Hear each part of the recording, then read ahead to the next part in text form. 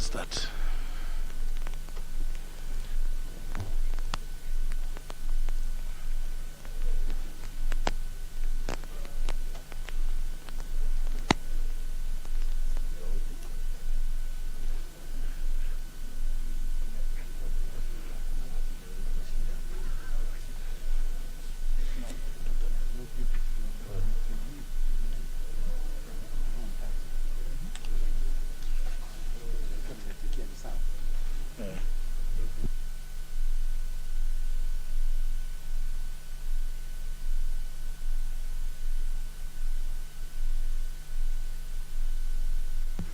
Proceed.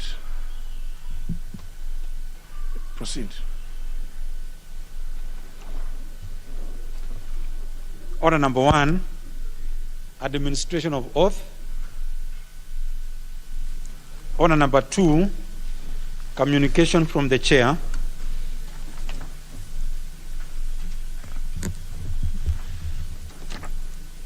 Honourable members, today morning, the nation woke up to the sad news regarding the untimely demise of nominated Senator the Honourable Victor Prangay, MP. The honourable member passed on last night, Monday 16th of August 2021, after being involved in a fatal road accident in Nakuru. Honourable members, the late Senator Prangay was a budding youthful legislator who attended his post-secondary education at Maseno University, where he earned a Bachelor of Arts degree in economics. He later pursued and successfully completed a master's degree in business administration, strategic management at the Jomo Kenyatta University of Agriculture and Technology in 2017. Honourable members, at the time of his death, the late Senator Prangay was serving his first term as a member of Parliament, having been nominated by the Jubilee Party to represent the youth in the Senate. He was an ardent and resourceful member of the Senate Standing Committee on Energy, the Committee on Devolution and Intergovernmental Relations, and the Committee of Powers and Privileges.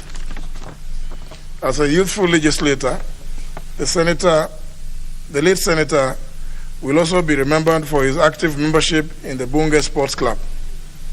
Honourable members, prior to his brief political career, Senator Victor Prangay had previously served as a chairperson, Nakuru Land Management Board, and a board member of the Betting Control and Licensing Board. Honourable members, it is notable that in the history of Kenya, the late Senator Prangay was the first parliamentarian from the Ogiek community, one of Kenya's indigenous minority communities, whose participation in national leadership has been rare. Without doubt, honourable members, the youth of this country, the fraternity of Parliament, and the nation at large have lost a vibrant, pragmatic, and dedicated leader who had a bright future ahead of him. Our members will be informed in due course about the arrangements towards according the fallen legislator a decent send-off. Our members, in honor of our departed colleague, the late Senator Victor Prangay, MP, I request that we all stand in our places and observe a moment of silence.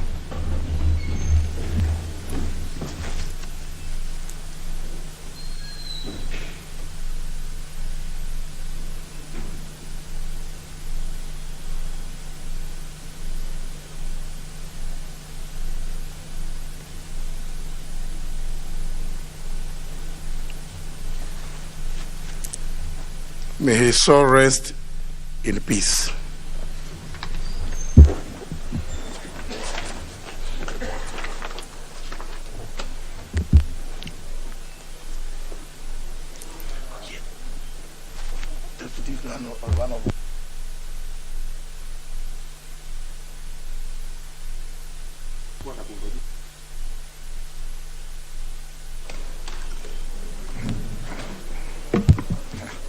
Honourable Speaker, indeed, it was a sad evening, and I want to take this early opportunity on behalf of the Jubilee Party to send our condolences to the family and friends and the entire Ogiek community on the sad demise of Senator Prenge, who, as you rightfully described, was a budding and youthful senator whose life has been cut short by that tragic accident. And we, in keeping with our traditions as Parliament, I'll be asking members that we will be coming to you for, or will be authorizing on your behalf our usual contribution whenever a member of Parliament passes on. So I expect your usual cooperation as we do our bit as National Assembly in solidarity with the Senate. It's something we should do as Parliament, not as houses. So I would, so at least we can help mitigate some of the issues, some of the costs, in terms of even going forward, family and all the people who are depending on the young legislator. In the meantime, we join the family in we condole the family, we pray with them, and we hope and pray that the good Lord will keep his soul in eternal peace. Thank you, Honorable Speaker. Honorable Sangok. Honorable Speaker, it's a sad day for Kenyans. And Honorable Speaker, we pray that God may remove this cloud of death above us, Honorable Speaker, because in this Parliament we have lost our colleagues, and we will wish that we finish this journey of the 12th Parliament all together in one piece. Honorable Speaker, Honorable Prenge Victor is from a minority tribe, the Ogiek, who have been known to conserve, especially our forest, Mao forest, to be specific. Honorable Speaker, it is totally a sad day, and on my own behalf, on behalf of my family, and on behalf of the 6.5 million Kenyans with disability I represent in this House, may I tender my heartfelt, sincere condolences to their family, to the people of Nakuru, and to the Ogiek community, because I know it was their first time, as you have rightly put, that they have gotten a leader, but the leadership have been cut short. The Jubilee Party tried as much as possible to balance in the nomination. They have nominated mostly youthful leaders, including myself, including Honorable Keter and others, and even the late Honorable Prenge. So may his soul rest in eternal peace, and may Jubilee remember the Ogiek community at this trying time. Thank you. Honorable Kisang.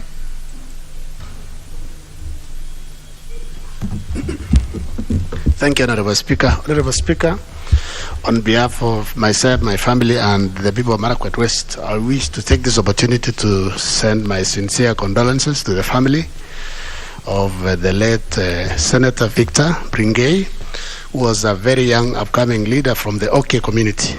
In Marakwet West, Honorable Speaker, we have a percentage of our people who are OK. And on the behalf and the people of Nakuru, I say Paul Sana for the loss of our young senator, and may the Almighty Lord rest his soul in eternal peace. Honorable Pukose. Thank you, Honorable Speaker. Honorable Speaker, this is a very sad day, and on my own behalf and the behalf of the people of Endebess constituency, Trans Nzoia County, I want to send a message of condolence to the family and the relatives of Senator Prenge and the people of Nakuru, and specifically to the Ogiek community. May his soul rest in eternal peace.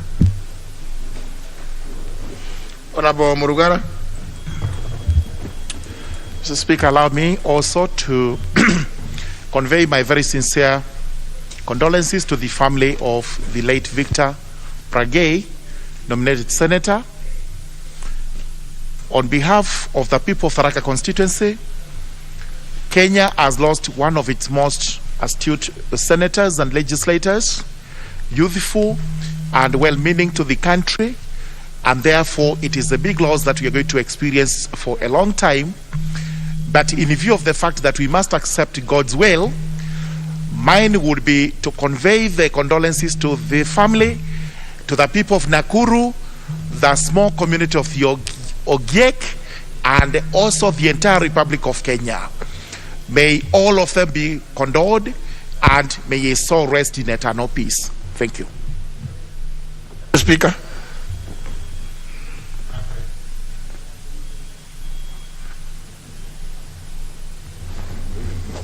I thank you, Mr. Speaker.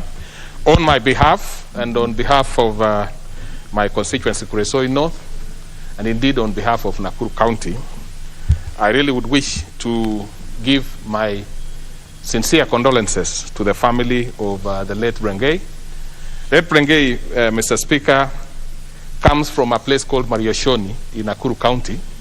But initially, before he came there, he was resident of a place called Chebara in Kuresoi South, which I represented between 2002-2007 as Kuresoi constituency. He also went to school in a local secondary school there called Moi Secondary School, Amalo. And so he's a person whom I can associate with, other than, of course, being a person from Nakuru County. Mr. Speaker, Mr. Brengei is leaving a very young family. Now, I want to say this year has been very heavy for Parliament generally. We've lost many members, and also for country at large, because we have also lost quite a number of people, not as ordinary years, because of many issues, including COVID. So it's an unfortunate situation that happened yesterday. So I wanted to take this opportunity to give my condolences. He comes from a very, I wouldn't want to call it a small community, he comes from an indigenous community, the Ogiek. These are the people who are settled recently in particular lands in part of Tinet, part of Kiptororo, and part of that place called Kiptunga Marishoni area. In fact, the person who issued titles to that community was none other than the majority leader when he was still a powerful lands minister in Kibaki government. So, of course, I'm saying on behalf of the entire region, we pass our condolences, and we pray to the family that they may sustain these difficult times that they are going through. Thank you very much, Mr. Speaker. Honorable Sossion. Honorable Speaker, I join the rest of my colleagues in conveying condolences to the late Senator Victor Brengei. I remember about a week ago, I shared a table over lunch together with Honorable Chelule, and as has been stated, this is the first indigenous member of parliament from one of the greatest ethnic minorities, the Ogiek, in this country. So indeed, we note it's a blow to this community that was beginning to enjoy the provisions of the Constitution of affirmative action through representation. So may the good Lord rest his soul in eternal peace. Thank you. Member from where? Thank you, Honorable Speaker.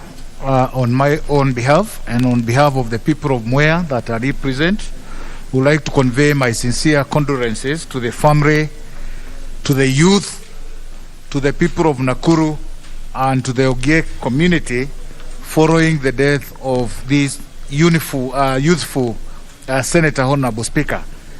Honorable Speaker, I didn't know him very well, but the picture in front of me shows a young man whose future was really bright, Honorable Speaker, and it's really sad that death has robbed us a very, very, very youthful young man. May the Almighty God rest his soul in eternal peace. Thank you. Honorable Majibo Kalasinga. Okay. Mr. Speaker, I take this time, this afternoon, to join my fellow friends, members of Parliament, to condole with the family of our able Senator, Mr. Speaker. This Senator, Mr. Speaker, personally was my friend when I was running for Kapuchai constituency in 2017, Mr. Speaker, on a Jubilee ticket he came for my support in my constituency, Speaker. I take this time to condole with the family, and on behalf of myself, the behalf of the people of Lower Hills of Kabuchai, Mr. Speaker, I condole and say pole sana. May his soul rest in peace.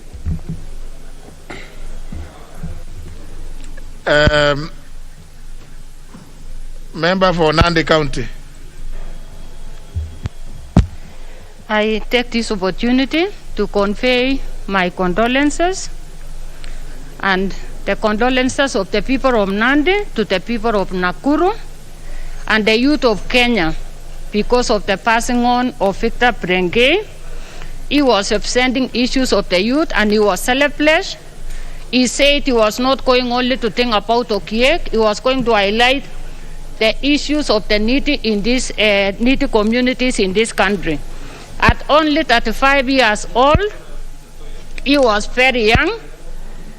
And Honorable Speaker, my prayer is, let the youth of the Okiek community be remembered in this nation, because he was the first parliamentarians and he has just left.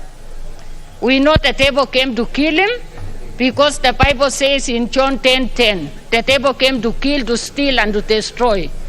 And he has destroyed his life through a road accident. I also pray our roads in this country will be in good use so that we will not miss many people through road accidents and unward roads.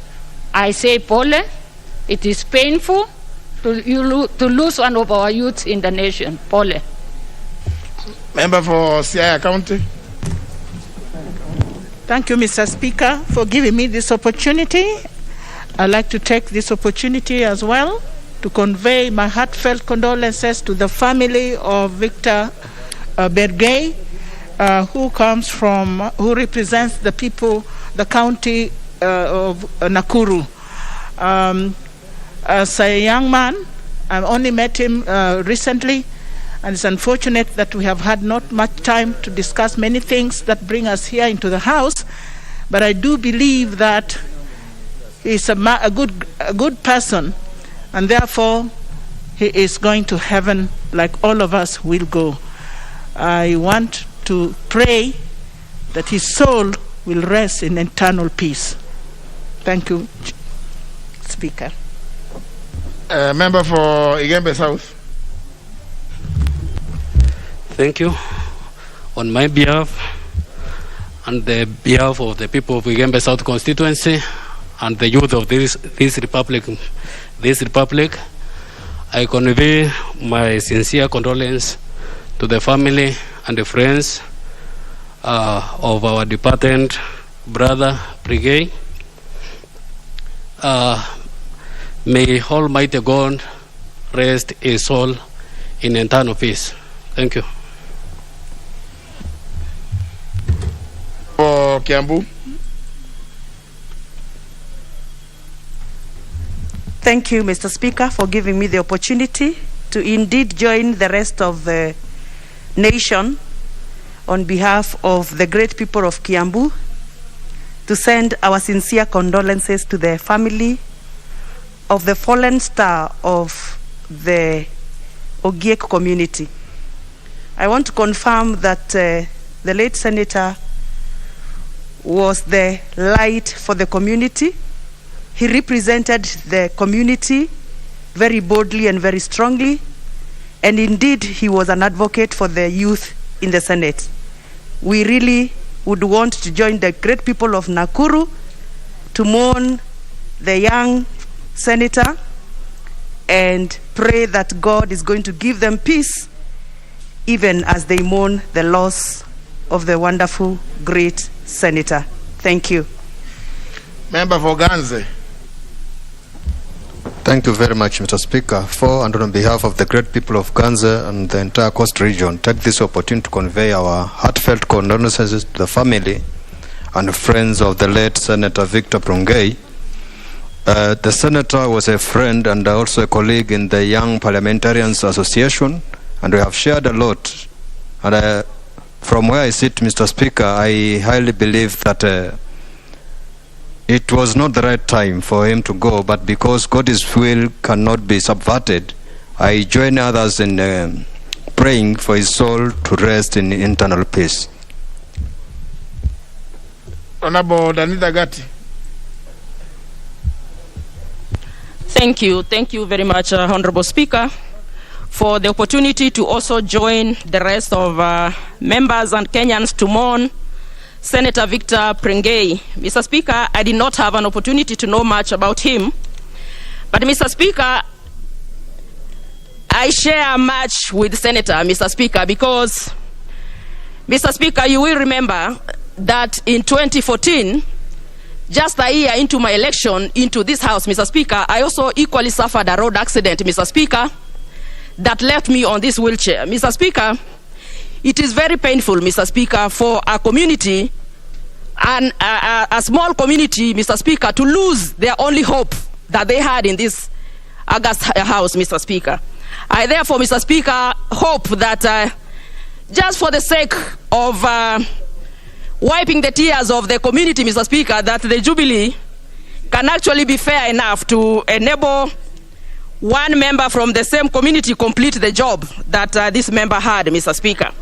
Mr. Speaker, sir, I remember very well that I also share something with the member, because, Mr. Speaker, you will also remember that I am also the first ever elected woman from my community, Mr. Speaker, the Kuria community. So I know what it means to be a minority community, to be a smaller community, Mr. Speaker. And therefore, Mr. Speaker, I join the people of Nakuru to mourn their senator.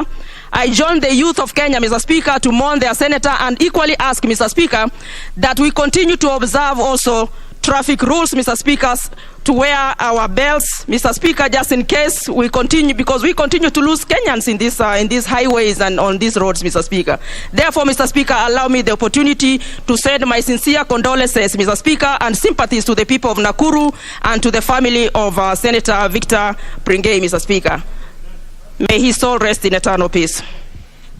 Member for Kamukunji. Thank you, Mr. Speaker, for giving me this opportunity to express my sincere and heartfelt condolences to the family of our colleague, the late Senator Victor Prengei. I'd like to send my regards to the people of Nakuru, and I remember him as the first person to represent a minority community that had had no opportunity in our power and democratic system. And as a young person, he represented the face of the future of Kenya, the Kenya that we want, a multicultural, multi-ethnic, in which no small community is left out of the power equation. As a young person also, he represented the majority of our population, given the fact that about 60% or more of our population are young people like him and others. So let me take this opportunity to wish the people of Nakuru, where he comes from, the county of Nakuru, well, to wish his family well in this difficult time. Our prayers and our thoughts are with them, and may his soul rest in peace. Thank you, Mr. Speaker. Honorable Sopsi. Thank you, Mr. Speaker, for the opportunity. On my own behalf and my family, I also want to pass my sincere condolences to the family of Honorable Senator Victor Prengei, who was a good friend of mine.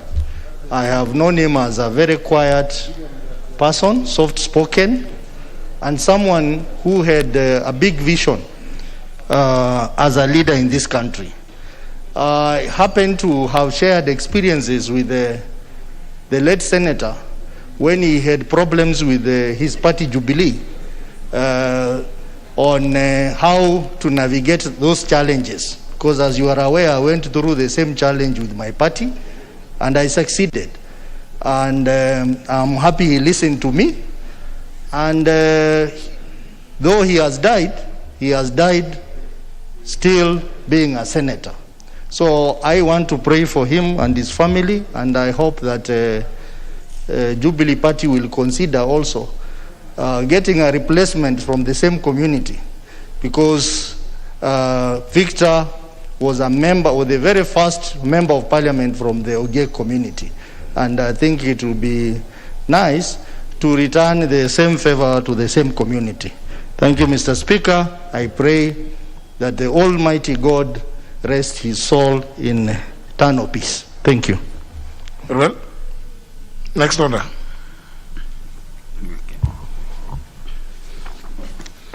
Order number 3, messages. Order number 4, petitions.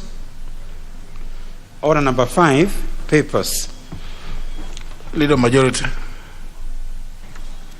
Honorable Speaker, I beg to lay the following papers on the table of the House today, Tuesday, 17th of August, 2021, afternoon sitting. Number 1, the Petroleum Development Levy Amendment Order of 2020 and the explanatory memorandum from the Ministry of Petroleum and Mining. Number 2, the list of nominees to the National Government Constituencies Development Fund Committee for Bonchari constituency.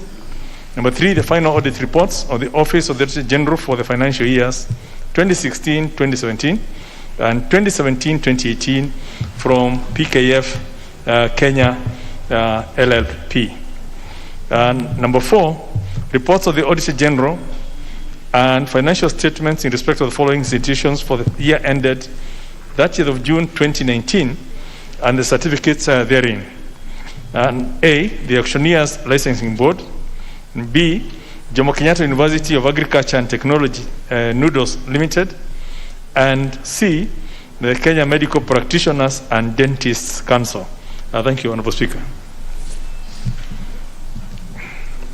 Next, on behalf of the Chairperson, Special Funds Committee, Honorable Pukose. Honorable Speaker, I beg to lay the following paper on the table of the House today, Tuesday, August 17, 2021, afternoon sitting. The 10th report of the Special Funds Accounts Committee on its consideration of audited financial statements for the Local Authorities Profit and Fund, the Unclaimed Assets Trust Fund, the National Environment Trust Fund, the Land Settlement Fund, and the Petroleum Development Fund. Thank you, Honorable Speaker. Chairperson, Select Committee on National Government Constituencies Development Fund. Or the Vice Chair, is that so? You don't know how to operate?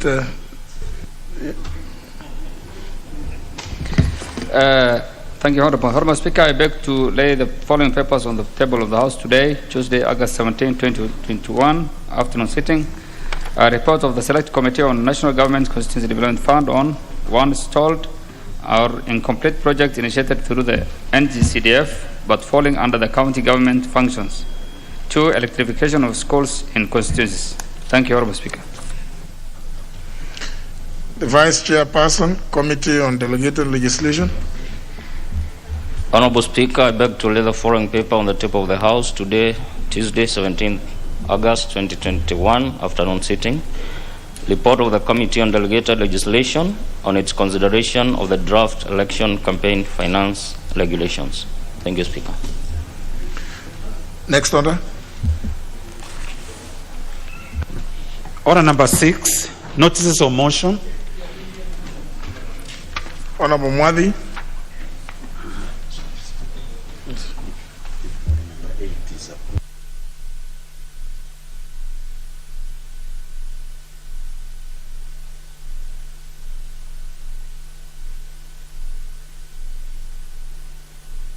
Mwadi, I think there's been a mix-up. You can only do that after order number 8 has been sorted out. Very well. Honorable Pukose.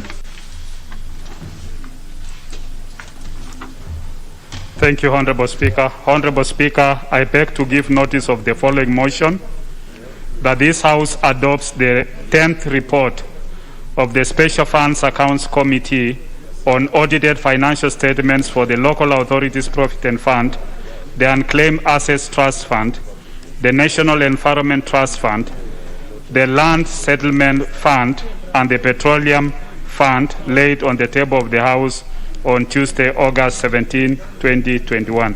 Thank you. The Chairperson, Select Committee on the National Government Constitutional Development Fund. Honorable Speaker, I beg to give notice of the following motion, that this House adopts the report of the Select Committee on National Government Constitutional Development Fund on stalled or incomplete projects initiated through the NGCDF but falling under the county government's functions laid on the table of the House on Tuesday, August 17, 2021. Thank you.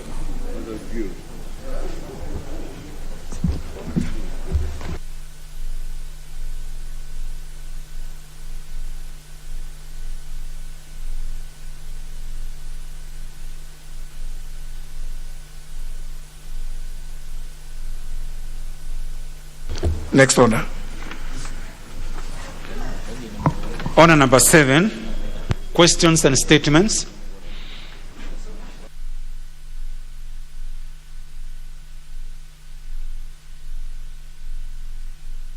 Segment questions. First question by the member for KC County, Honorable Janet Ongera. Thank you, Mr. Speaker. I rise pursuant to Standing Order number 42A5 to ask question number 276 to the Cabinet Secretary for Public Service and Gender.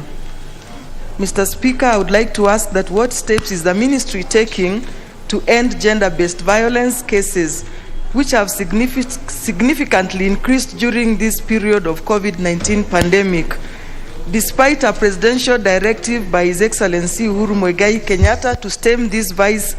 The ministry seems to have done nothing. The second question, Mr. Speaker, is what steps is the ministry taking to ensure that victims of gender-based violence are protected and that they have access to counseling and other support services, particularly during this period of COVID-19 pandemic? The last question, Mr. Speaker, could the Cabinet Secretary provide details of the gender-based violence protection centers available in the country and indicate whether there are plans to establish more such centers, at least in every constituency? Thank you. The question will be replied to before the Departmental Committee on Labor and Social Welfare. Next question by the member for Kibra, Honorable Bernard Okoth. Imran. Thank you, Mr. Speaker. I rise to ask question 295 of 2021. And this question is directed to the Cabinet Secretary for Lands and Physical Planning. Number one, could the Cabinet Secretary provide the status of settlement of the award granted by the Environment and Land Court, Kisumu, on the 9th of June 2021 to one Shaban Opio Kasim of ID number 2486553, following a judgment under petition number 94 of 2019. Number two, when is the ministry expecting to settle the payment as awarded by the court? Thank you, Mr. Speaker. Question will be replied to before the Departmental Committee on Lands. Next question by the member for Soy, who has requested that the Honorable Pukose ask the question on his behalf.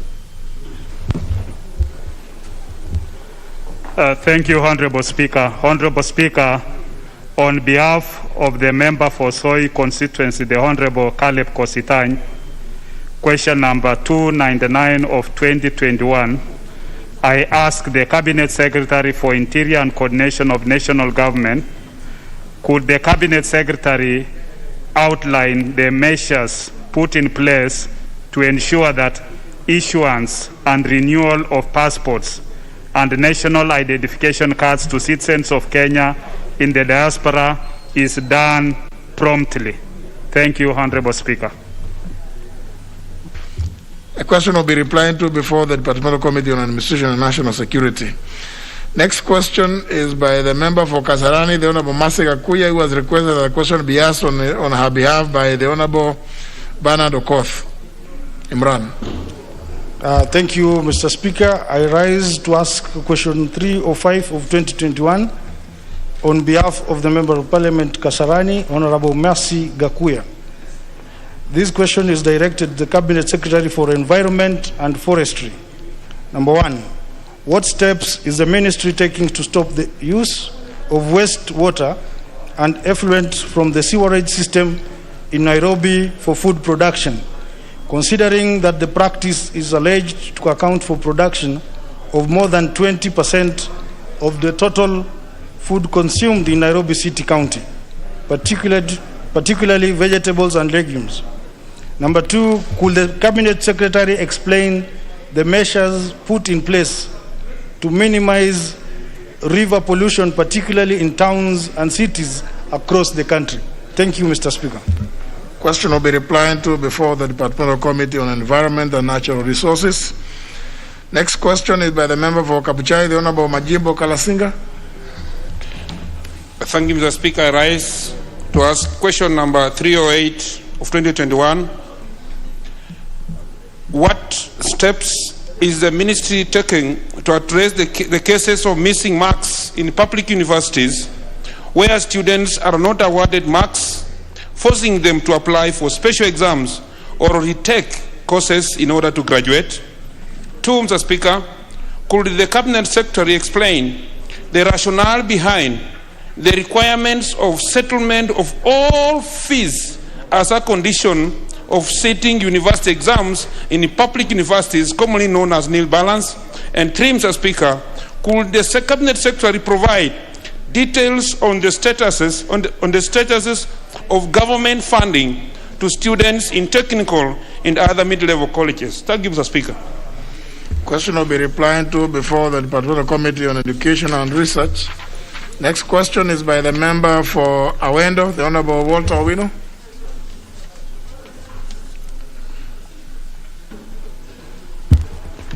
Thank you, Mr. Speaker. I rise to ask question number 309 of 2021, directed to the Cabinet Secretary, Interior and Coordination of National Government. Question number 1, could the Cabinet Secretary explain why the following administrative units, which were established in Awendo Sub-County in Migori County on June 21st, 2017 via Gazette Notice number 5853, are yet to be operationalized?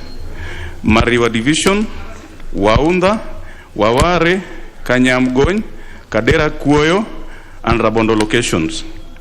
West Sakwa, Waunda, Waware Central, Wanga, Nyarago, Waora, Waware North, Kamaure, Kadera Kuoyo East, Kue, and Waunda sub-locations. Question number 2.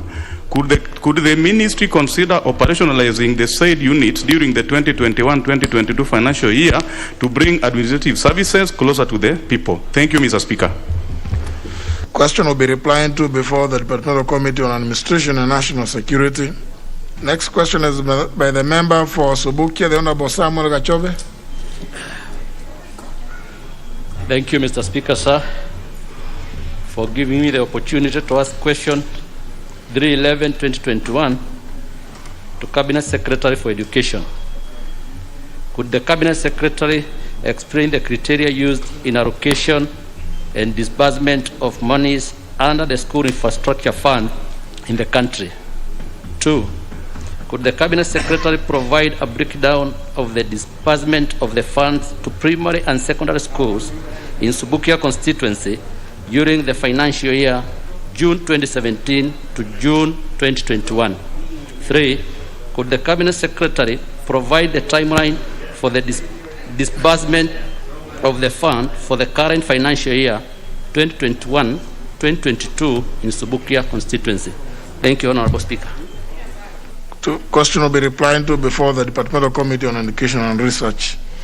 Next question by the member for Tessa North, the Honorable Ogukaunya. Thank you very much, Mr. Speaker, sir. Mr. Speaker, I rise to ask question number 313 of 2021 to the Cabinet Secretary for Education. Roman 1, considering the high cost of school uniform in the country, which has in turn significantly led to increased cost of learning in schools, could the ministry consider regulating and standardizing the cost of school uniforms to make them affordable? Roman 2, what measures is the ministry putting in place to ensure that children are not denied an opportunity to join school, learn and complete their education for lack of uniform? Roman number 3, could the Cabinet Secretary consider the use of existing institutions such as the National Youth Service, the Kenya Prison Service Workshops, the Rivertex East Africa Limited, or other such established institutions for production of school uniforms at a standardized price that the majority of parents can afford? Roman 4, what is the ministry's policy regarding the provision of other items required of pupils and students as part of the tuition, boarding, and co-curricular materials? I thank you, Honorable Speaker. Question will be replied to before the Departmental Committee on Education and Research. Last question by the nominated member, Honorable Godfrey Osopsi. Thank you, Mr. Speaker. Mr. Speaker, I rise to ask question number 326 of 2021. And the question is directed to the Cabinet Secretary for National Treasury and Planning. And it reads, could the Cabinet Secretary provide a detailed list of licensed alcoholic drinks manufacturers in Kenya, indicating the names of the firms or persons, respective production cost, selling price, excise duty payable, value-added tax VAT payable, and recommended retail price of all liquor brands of 250 ml. 2, could the Cabinet Secretary provide details on the amount of excess duty and VAT collected from the said products in the financial year 2017-2018, 2018-2019, 2019-2020, and 2020-2021. 3, could the Cabinet Secretary indicate the total number of excise duty stamps sold by Kenya Revenue Authority to each of the licensed alcoholic drinks manufacturers during the period 2017-2018, 2018-2019, 2019-2020, and 2020-2021. 4, what measures has the ministry taken to deal with manufacturers and distributors of illegal alcoholic drinks who continue to engage in illicit and uncompetitive business practices, leading to loss of tax revenue and putting consumers at risk? 5, what measures has KRA taken to deal with its staff who are involved in abetting the illicit trade by aiding and protecting illegitimate manufacturers and distributors of alcoholic drink? Thank you, Mr. Speaker. Question will be replied to before the Departmental Committee on Finance and National Planning. The next segment is request for statements. There's a request by the member for, is it member for where? Kiamba. The Honorable John Jovona Wanjiku. Okay. Thank you, Mr. Speaker. Honorable Speaker, pursuant to Standing Order 44-2C, I wish to request for statement from the Chairperson of the Departmental Committee on Transport, Public Works, and Housing regarding the Nairobi Western Bypass Road Project. Honorable Speaker, the Nairobi Western Bypass was commissioned in March 2019. The bypass, which is 16.6 kilometer dual carriage, is part of the link road around Nairobi, which links the northern, southern, eastern, and upcoming western bypasses. The said bypass starts in Gitaro through Wangige and Ndero, terminating in Ruaka. The construction of Nairobi Western Bypass was intended to not only decongest the northern corridor, but also to enhance the socio-economic development in both Nairobi City and Kiambu counties. Honorable Speaker, contrary to the expectation of the residents of Kiambaa constituency, the project has had negative implication to the community, as it has led to the destruction and demolition of properties to pave way for construction of the bypass, and thus had minimal benefit to residents. The contractor has failed to engage youth from the area in the project, and additionally, the project has led to displacement of traders at the local market, whose stalls have been demolished without any compensation or provision of alternative parcel of land for the establishment of market. Honorable Speaker, it is against this background that I seek for a statement from the chairperson of the Departmental Committee on Transport, Public Works, and Housing on the following. Loman 1, how many residents, especially youth, from Kemba constituency are engaged in the Western Bypass Road project, specifying their job description? Loman 2, what measures are in place to ensure provision of access and link roads, in particularly connecting Karura and the Dero Shopping Center, Gasharage and Ruaka towns, respectively, to the Western Bypass? Number 3, what plans are in place to acquire an alternative piece of land for the relocation of Ruaka Market? Number 4, when will the resident affected by the project be compensated? Thank you, Mr. Speaker.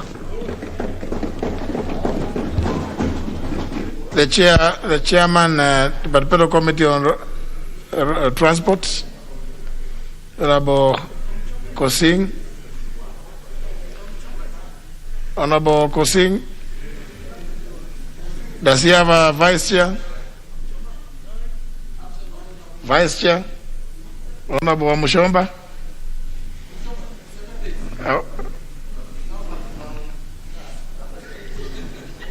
I notice that you.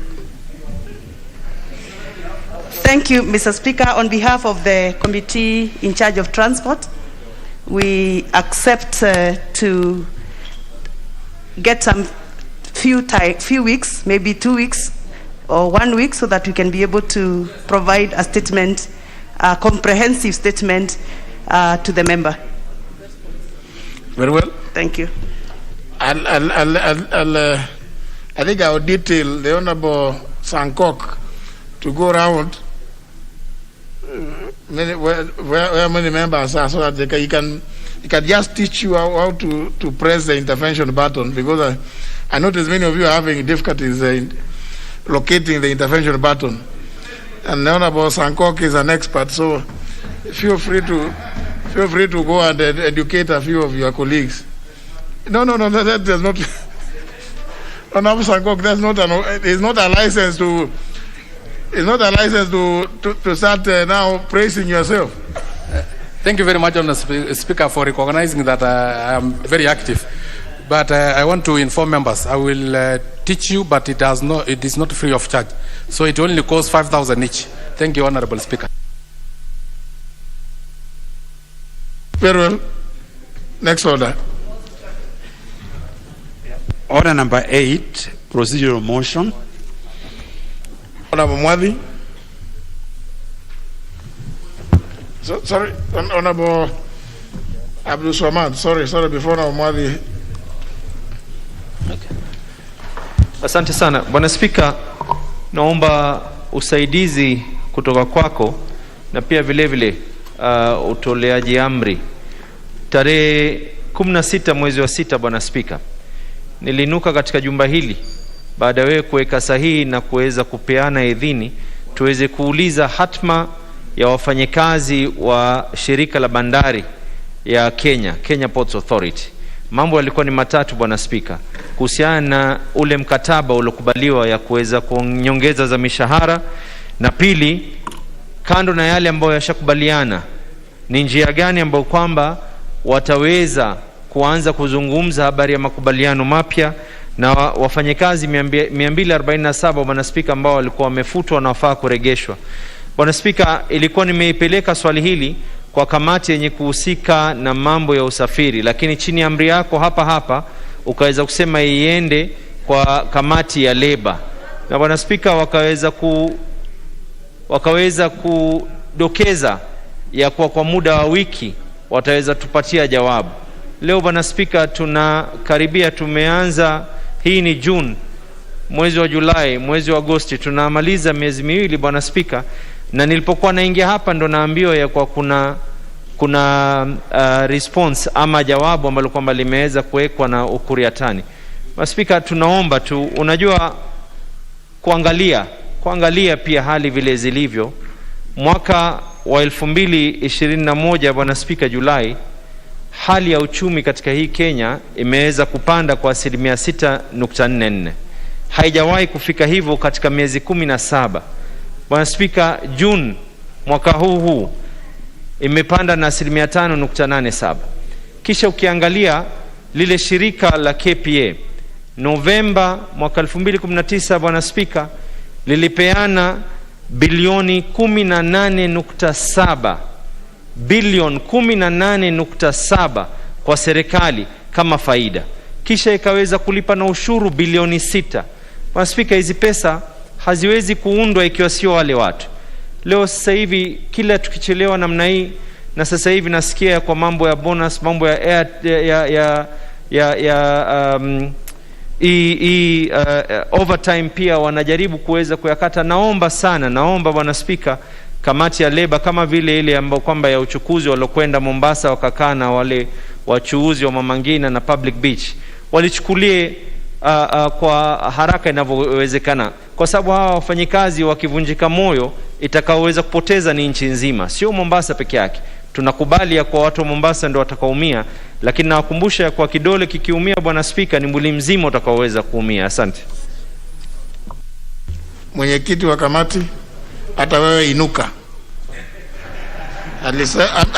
Alisema aliinuka tarehe 16.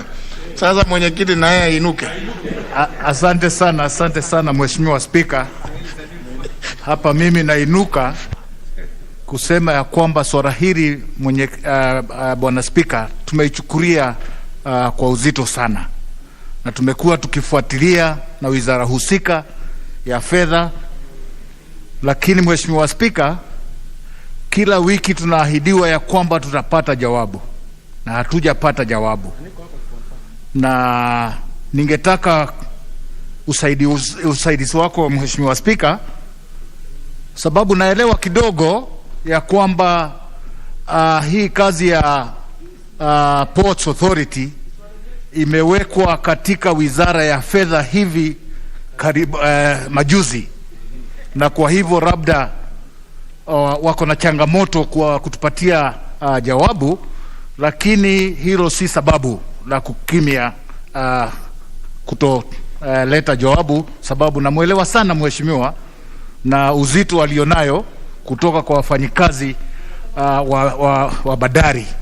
Na kwa hivyo Mheshimiwa Spika, ningetaka usaidizi wako, hii wizara husika iahidiwe kuja kwa kamati na kwa lazima na bunge Mheshimiwa Spika, sababu pia sisi mheshimiwa, hatungetaka wafanyikazi wafe moyo, na bado tuko na tunataka kuwafanyia kazi katika bunge. Kwa hivyo tuko tayari sisi tukiwa kamati la Labor and Social Welfare, ni wizara husika ambayo inatulet down Mheshimiwa Spika. Thank you. Hiyo ni kumwalika waziri aadikiwe barua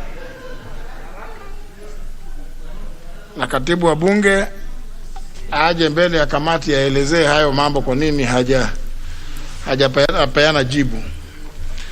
Asipokuja basi ndio utakuja utafute usaidizi zaidi, lakini kwa sasa mwalike waziri siku yoyote ile ambayo kama kamati mungetaka, na pia mumjulishe Mheshimiwa Abdul Swamad awe katika kikao kile. Yes. No, there's no debate. You know, there's no debate on this now. You know, Honorable Abdul Swamad is not. It can't be that. Bwana Spika, hatujadiliani, lakini ilikuwa ni ombi tu, ni rai ya kwa pengine itakuwa ni wazo jema ikiwa watakubali ya kwa waweze kutana na wale waziri na yule mwenyekiti ama wasimamizi wa KPA pale katika bandari, na wakutane na wale wafanyakazi, kwa sababu ukiangalia jawabu ni kama ninavyokuambia Bwana Spika, nimetumiwa robo saa kabla sijaweza kuingia hapa, kwa sababu walijua ya kwa tuna nia ya kuweza kuyaleta haya mambo. Kwa hivyo ili kuweza lile gurudumu kuweza kuwekwa oili kwa haraka, yasiwe mambo ya huyu anasema hivi amesema hivi. Wote waitwe katika pale pale bandari ya KPA na wajibu na waweze kuelezea Bwana Spika. Sio lazima kamati iende kule. Unajua hii mambo ya kutembea kila pahali kurandaranda hivi ndio kuna COVID-19. Hii mambo ya kila pahali unataka kwenda kwa port badarini, hakuna haja. Waziri na wale wengine wote waitwe katika bunge. Najua wakati mnaenda kule nyinyi wenyewe ndio unajua mnaonekana kama ni wageni, watembee, ni watalii tu. You must be somewhere where you carry the authority of the house. When you start moving all over, you'll be put in shades under trees, and then people, you never know, you may find other things happening in those areas. Honorable Kabinga. Asante Honorable Speaker. Mpango wetu ulikuwa kwanza kukutana na waziri na pia mhusika ambaye ni mwenzetu mheshimiwa.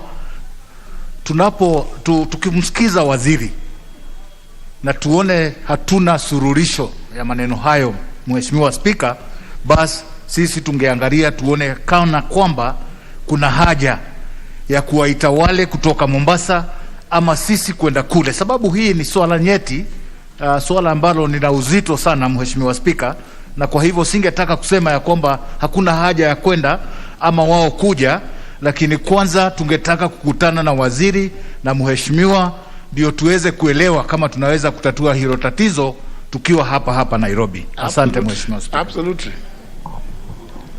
Next one now, order number 8. Order number 8, procedural motion. Honorable Mwadhi. Thank you, Honorable Speaker. Honorable Speaker,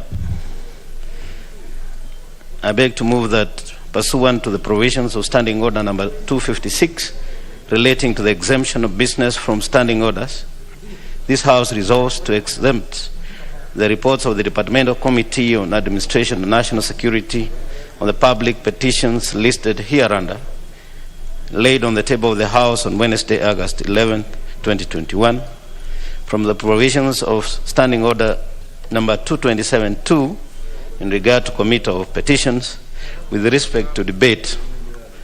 1. Public petition regarding insecurity in Saku constituency and the larger Marsabit County. 2. Public petition by residents of Wajir and Garissa counties regarding the lack of access to citizen registration services. And 3. Public petition regarding recognition of Pemba people of Kenya as citizens of the Republic of Kenya. Honorable Speaker, as you rightly pointed out, when we laid these petitions on the table of the House, that there are really quite heavy and weight issues contained therein, and therefore this gives an opportunity to members of this House to debate the issues arising from these petitions, and specifically in the one on insecurity in Saku, look at the issues of tribal animosity between the Borana and Gabra, which are contained therein, the skewed distribution of resources, including county government jobs and opportunities, cattle rustling, scramble for water and pasture, possession of illegal arms, the long porous border of Ethiopia, and so on. And members will also be able to see the recommendations of the committee and comment on the same. And as regarding the access to citizen registration in Garissa, that the committee has made also recommendations where we have found that there are people who don't get vital documents, therefore they cannot access essential services, including political and economic rights. They cannot vote, they cannot access, they have no access to banking services and so on. As to the one on Pemba people, recognition by the Republic of Kenya, members will also be able, Honorable Speaker, to look at the recommendations of the committee, and specifically in regard to how they miss out on educational health services since they are not registered at birth, how they are excluded from employment, they can't register businesses, and of course access to banking and such other services. So, Honorable Speaker, these are the issues that are contained in those three petitions, and I will be able to move with your permission and indulgence that hereinafter I'll be able to give notice of motion to discuss those petitions. I beg to move, Honorable Speaker, and ask the leader of majority to... Leader of the majority party. Honorable Speaker, I raise to second this motion. It's really a straightforward matter because ordinarily, once the petition is heard, the results are given to the petitioner and the matter ends there. But when the matter is of significance, and I believe we have precedence in this when we discussed the issue of the royal suburbs, the land in Royal Sub, when the matter was then brought here so that members could have a bigger picture, way to discuss it here. But of course, this can't happen unless we then exempt it from the standing orders that allow or that dictate that matter should be just given to a member and the matter ends there. So it's a straightforward matter, and I want to agree with the chair that these matters require the entire House to seize, because they have a significance beyond the constituencies where members have petitioned, and there could be lessons learned that affect other constituencies. Indeed, in fact, my main, I'm hoping that the members affected by these petitions are actually in the House today, because we could be discussing their matter and they're not here, but I can see one and another one is here. So good. It's a good thing that we are discussing when the stakeholders are here. But it's a straightforward matter, Mr. Speaker, and I want to ask members, we don't even need to debate a lot on this matter.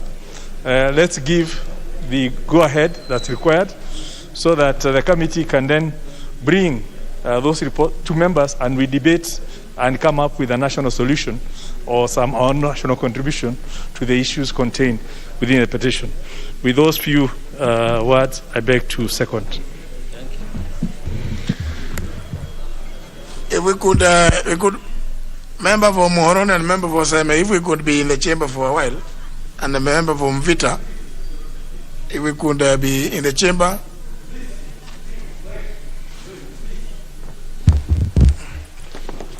Hello, members, I propose the question, which is that pursuant to the provisions of Standing Order 256, relating to exemption of business from standing orders, this House resolves to exempt the reports of the Departmental Committee on Administration and National Security on the public petitions listed hereunder, laid on the tip of the House on Wednesday, August 11, 2021, from the provisions of Standing Order 227, subsection 2, which is Committee of Petitions with respect to debate. Roman 1, public petition regarding insecurity in Saku constituency and the larger Marsabit County. 2, public petition by residents of Wajir and Garissa counties regarding the lack of access to citizen registration services. And 3, public petition regarding recognition of the Pemba people of Kenya as citizens of the Republic of Kenya. So, to serve the House, I put the question. I therefore put the question that pursuant to the provisions of Standing Order 256 relating to exemption of business from standing orders, this House resolves to exempt the reports of the Departmental Committee on Administration and National Security on the public petitions listed hereunder, laid on the tip of the House on Wednesday, 11th August 2021, from the provisions of Standing Order 227, subsection 2, with respect to debate.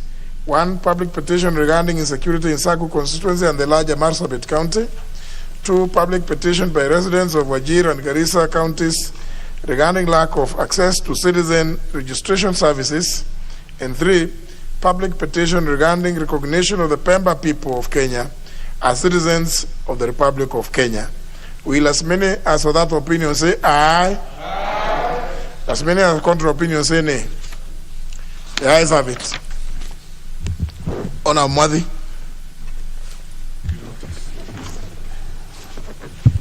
Thank you, Honorable Speaker. Honorable Speaker, with your indulgence, I beg to give notice of the following motion, that this House adopts the report of the Departmental Committee on Administration and National Security on its consideration of a public petition regarding insecurity in Saku constituency and the larger Marsabit County laid on the table of the House on Wednesday, the August 11th, 2022. And Honorable Speaker, I give... August 2022. Sorry. Sorry, Honorable Speaker. Thank you for the correction. It is August 11th, 2021. And I also wish, Honorable Speaker, to give notice of the following motion, that this House adopts the report of the Departmental Committee on Administration and National Security on its consideration of a public petition by residents of Wajir and Garissa counties regarding lack of access to citizen registration services laid on the table of the House on Wednesday, August 11th, 2021.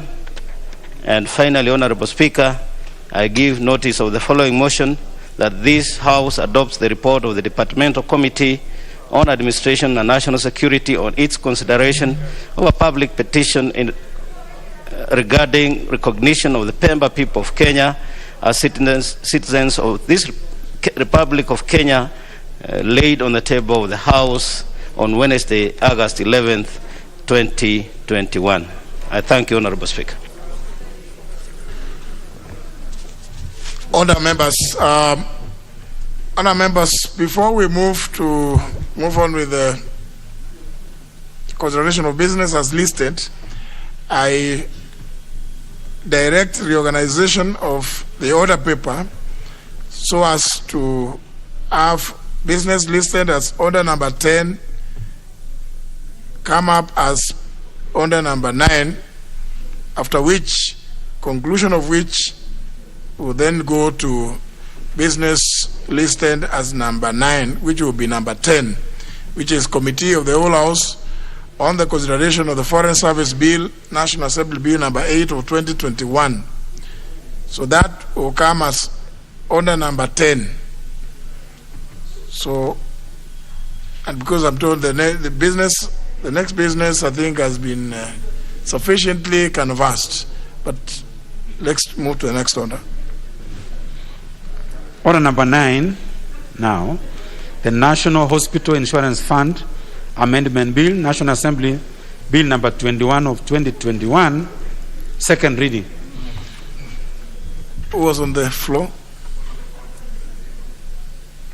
Yes, Honorable Sabina Chege.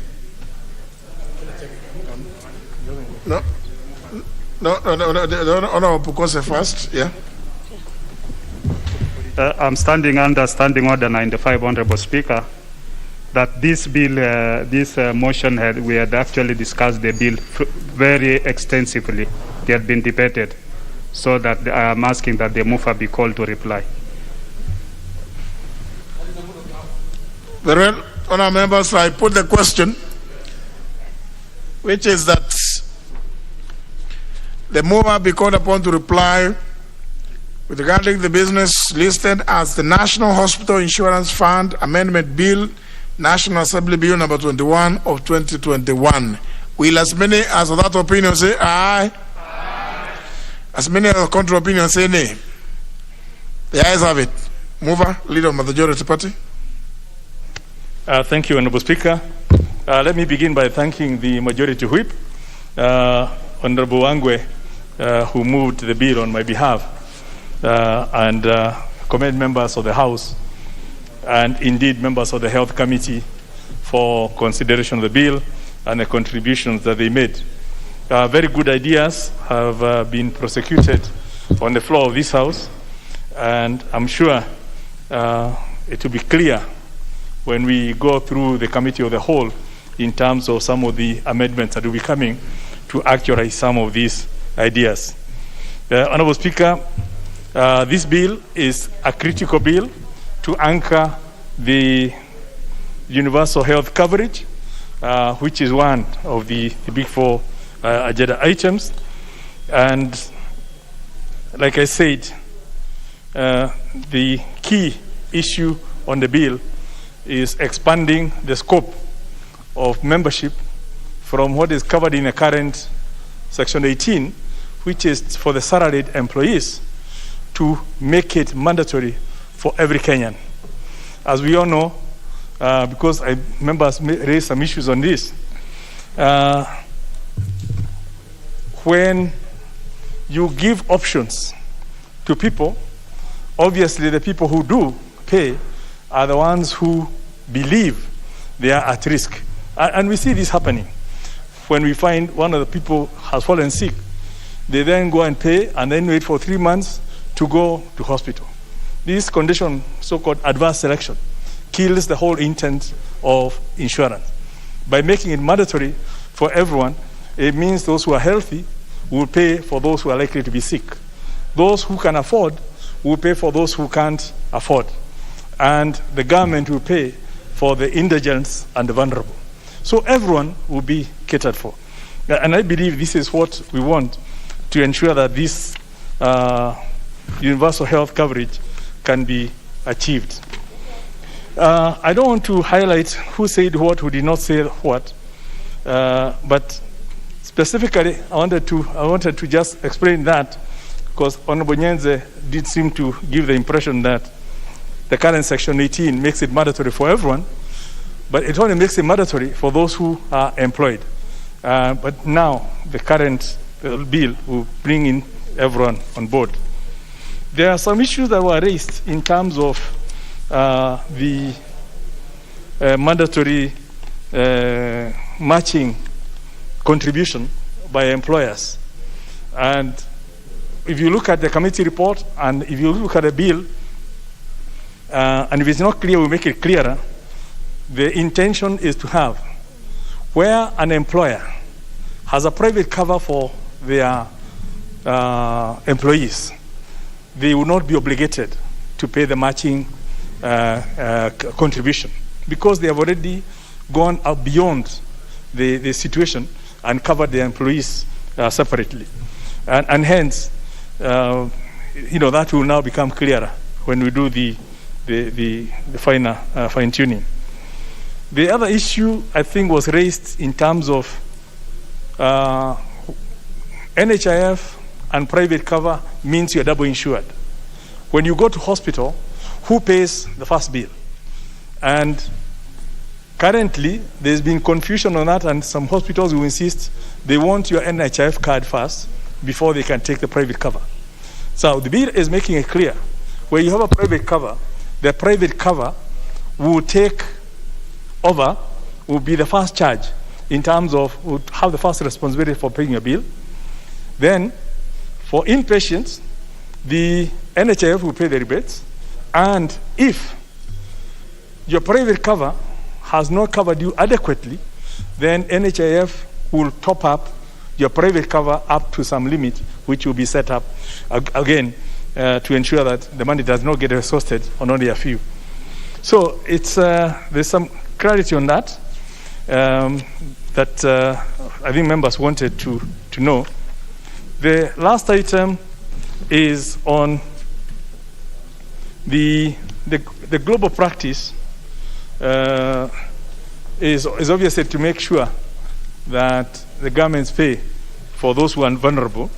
And this is well covered within, I believe it's within Clause 10, where it's clear that for those who are vulnerable, and I believe there may well be, it may cost the Kenya government close to 5.8 to 6 billion for those who cannot pay, the so-called indigents and vulnerable. So those are already taken care of, and nobody should have the feeling that the youth will not be taken care of. Indeed, what this bill does, just again for clarification, the current bill only addresses people up to the age of 18. But this bill expands that. So up to the age of 21, for those who are not working and have finished school, they will still be considered as beneficiaries, as part of those benefiting from their sponsor, the family. For those who are in school, are not earning, the age has been set up to 25. So really we are talking of, for people between up to 25, they are in school, they will not be required to pay direct themselves. They will be covered within the family cover, which is an improvement of what is in the current bill. And I think there was some confusion on that. Now, one of the other items, it's very rare that I would agree with Honorable Kimani Ichung'wah, but he did raise an issue that we need to focus NHIF on the core mandate, which is basically to provide insurance cover and not engage itself in equipping hospitals. I concur, and I've consulted on that, and I'll be bringing an amendment to actually remove that provision for NHIF getting involved in procurement of equipment, building of hospitals, because we don't want a situation where Kenyans lose faith in the fund because of the money, instead of being used to cover patients, it starts being used on other non-core activities. And I'll be bringing an amendment to actually delete the entire Section 34 as it exists, which allows NHIF to start equipping hospitals, because that is the mandate of the county governments and national government.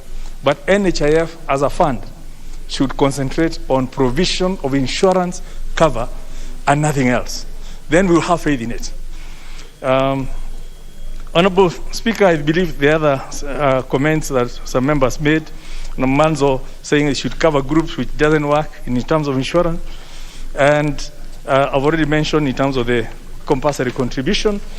These are some of the things that I thought I just needed to highlight by way of response, and I would ask members that we create some time tomorrow so that we can actualize this dream of ensuring that no Kenyan will have to sell their land, will have to,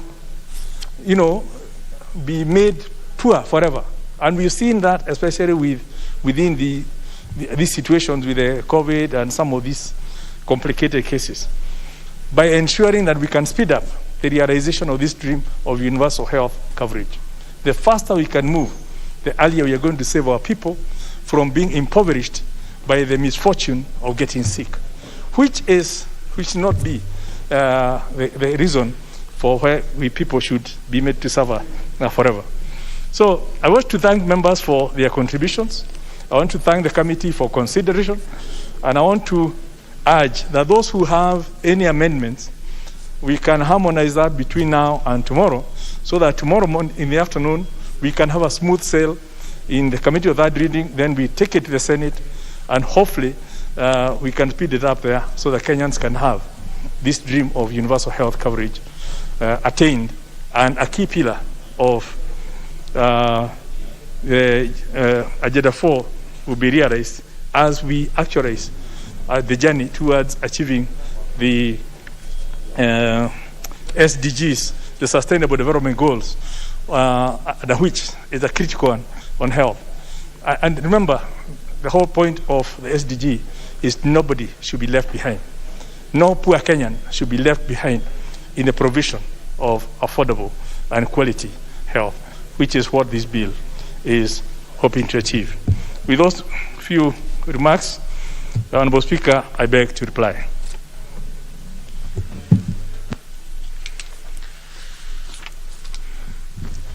Well, honourable members, I have confirmed that we have the necessary quorum for me to put the question, and I proceed to do the same, which is that the National Hospital Insurance Fund Amendment Bill, National Assembly Bill number 21 of 2021, be now read a second time.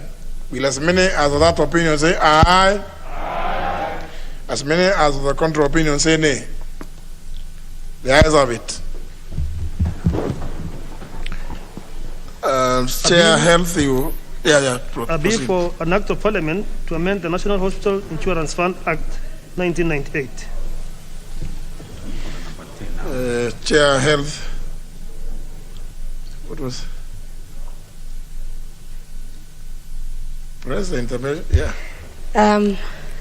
Thank you, Mr. Speaker. Mr. Speaker, I beg for your intervention. We've just finished with the NHIF bill. And my committee have several bills that they are dealing with, but there's one bill, Mr. Speaker, that would like to ask for your direction. And this is the bill on the Kenya Food and Drug Authority Bill 2019, which is a bill that was read the first time on 2nd May 2019 and committed to our committee for consideration. And this bill, Mr. Speaker, is a bill that was seeking to repeal and amend several other existing laws, both in health and agriculture. This bill was brought in by a private member, as a private member's bill by Honorable Pukose. It was seeking to amend or repeal, among its many, 10 laws within the health sector, 8 within the agriculture sector, and 2 within the trade. Mr. Speaker, why I'm bringing this to your attention, it's because the committee called for the memoranda from the public and various stakeholders, which returned with overwhelming response from the public, and the government asked for the withdrawal of the bill to enable the executive to come up with one that is in line with government policy and international best standards. Honorable Speaker, on July 2019, the Departmental Committee on Health wrote to the Ministry of Health requesting that the ministry wrote to the committee requesting that the bill sponsored by Honorable Pukose to be withdrawn to allow consultation aimed at developing a comprehensive bill. And Mr. Speaker, we also convened a meeting between the Ministry of Health and Agriculture together with the sponsor of the bill, Dr. Pukose, and this meeting was held on Thursday, 27th August 2019. It was resolved that the executive work with Honorable Dr. Pukose, MP, to harmonize many issues that the bill had and present a unified bill within 90 days. During this meeting that was hosted by the Leader of Majority, Honorable Adan Duale, by then, the Ministry of Health and Ministry of Agriculture, Livestock and Fisheries reported that they have already formed a task force that had come up with a draft bill due to the fine-tuning before presentation to the committee. Mr. Speaker, the committee acknowledges the critical nature of the bill as it speaks to quality and safety of the food from farm to fork, as well as safety in medicine and health products imported or manufactured in the country, among other provisions. And Mr. Speaker, the second schedule to the standing orders provide that the mandate of the Departmental Committee on Health is in regard to the matters related to health, medical care and health insurance. To this end, the Departmental Committee on Health has the mandate to consider the aspects of the bill providing for the regulation of drugs, chemical substance and medical devices. On the other hand, the Departmental Committee on Agriculture and Livestock is in regards to the matters related to agriculture, livestock, irrigation, fisheries, development, production and marketing. And the Committee on Agriculture and Livestock therefore has a mandate to consider the aspects of bill providing for the regulation. Mr. Speaker, after several communication with the ministry, we received a communication which came in a few days ago, Mr. Speaker. And why I'm asking for your intervention, Mr. Speaker, it's because what we have received as a committee is totally a new bill, and would like to just get your direction on the way forward on how we should handle the matter. Now that the two ministry has come up with totally a new bill, the bill is actually on has a new name, Mr. Speaker, which I want to just get the name and I read it to you, so that we know it was initially the Kenya Food and Drugs Authority Bill, a private member's bill of National Assembly number 31 of 2019. And now what we have been given by the ministry is a bill called Food Safety Control Coordination Bill 2021. And this is an act of parliament which may be cited for Food Safety Control Coordination Act 2021. So, Mr. Speaker, this morning when we met as a committee, we were at the dilemma of how to proceed. Whether one, we allow the yourself to communicate to the committee on who to handle the bill. And secondly, what do we do with the private member's bill, Honorable Kose's bill, which would receive the contribution from the stakeholders. We had actually almost done with our report. We were only waiting for the bit of the contribution from the ministry on our way forward. So now that we have been given totally a new bill, well, how do we handle Honorable Kose's bill? And Mr. Speaker, you bear with me here.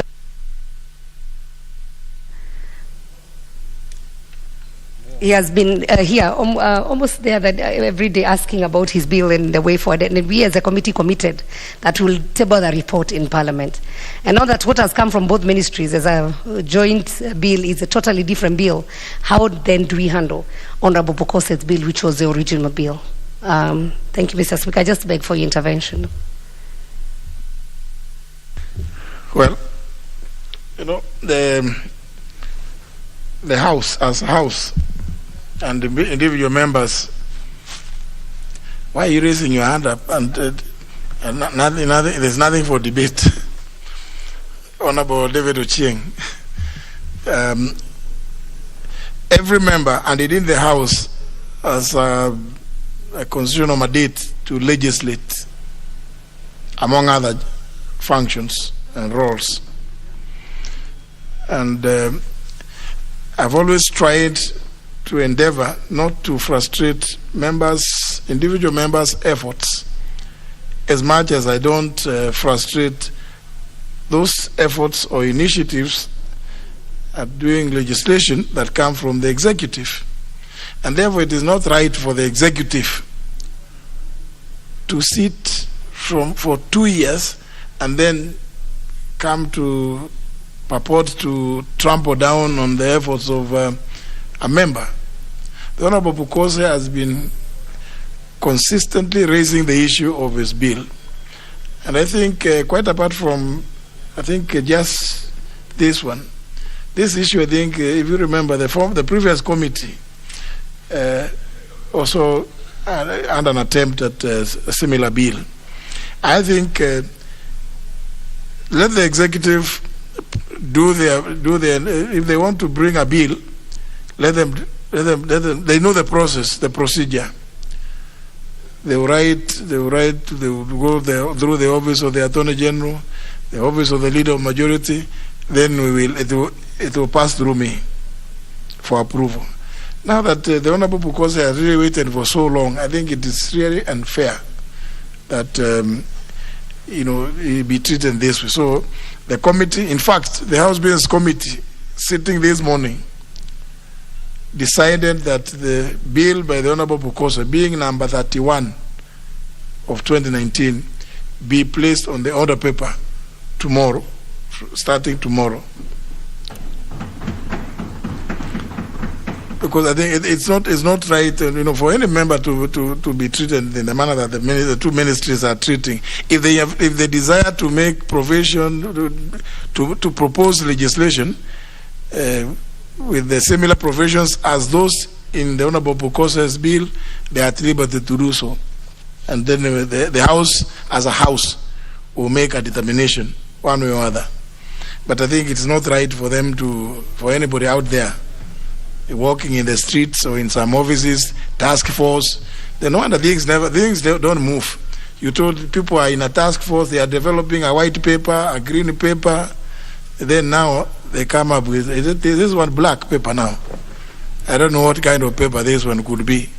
Now, the one that now proposes to trash what the Honorable Bukose has applied himself so fervently on.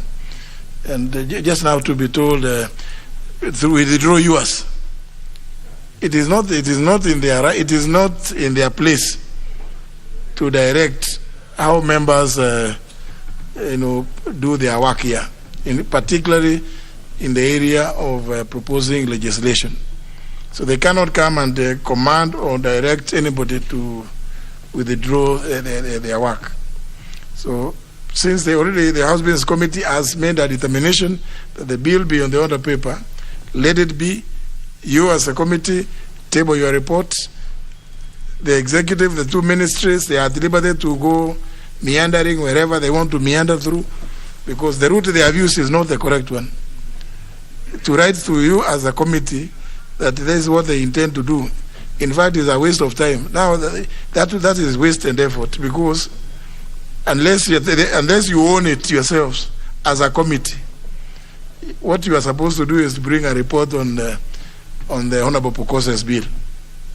That other one, you can take it back to them, return to sender, and they can, yeah, that's the way it should be anyway.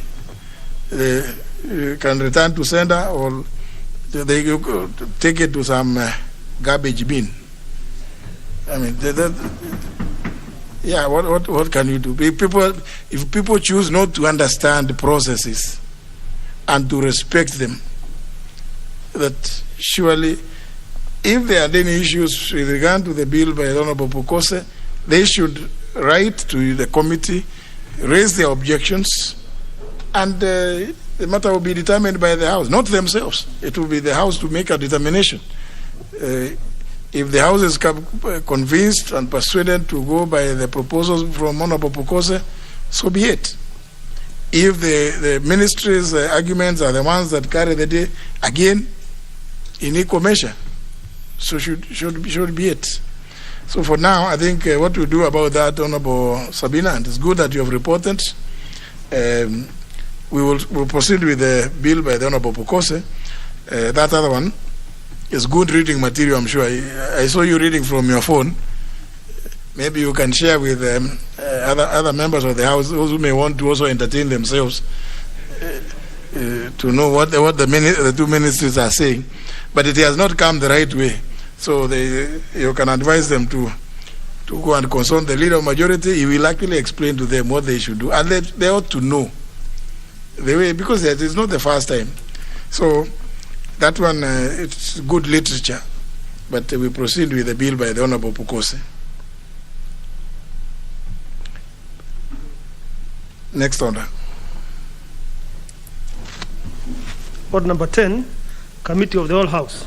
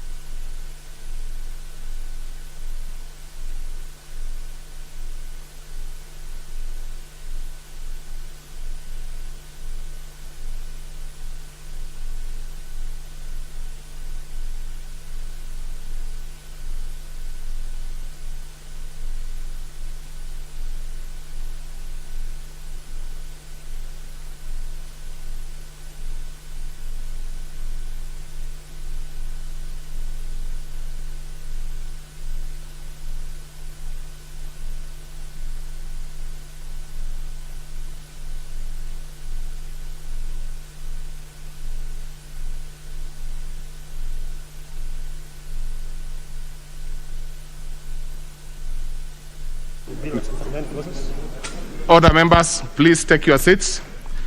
We are now proceeding to the Committee of the Whole to consider Foreign Service Bill, National Assembly Bill number 8 of 2021. It's a fairly straightforward bill, honorable members, so we'll be moving pretty fast. Proceed. Clause 3. I propose a question which is at clause 3 be part of the bill. I put the question which is at clause. Chair, you have an amendment to this particular one. Do you? I think so. Yes. Thank you, Chairman. So, Chairman, I move that clause 3 be amended as per the order paper. And Mr. Chairman, the justification of those amendments as per the order paper it is actually difficult to establish who are a political staff and who are not, as we earlier indicated in the bill, and so we are seeking to delete that and give a new definition.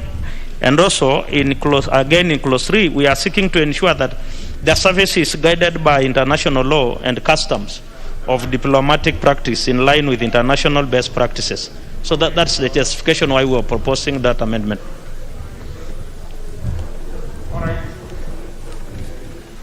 So then I propose the question which is at clause 3 be amended as proposed by the chair. And I put the question which is at clause 3 be amended as proposed by the chair. Will as many as of that opinion say aye? Aye. Many as of a contrary opinion say nay? The ayes have it. And I put the question that the clause 3 as amended be now part of the bill. Will as many as of that opinion say aye? Aye. Many as of a contrary opinion say nay? The ayes have it. Clause 4. I propose a question which is at clause 4 be part of the bill. Chair, I move that the bill be amended in clause 4, be amended as per the order paper, and this is just to clarify the officers who serve at the headquarters and those, the headquarters is here in Nairobi, and those who serve in the missions abroad. So that was the clarity we are making.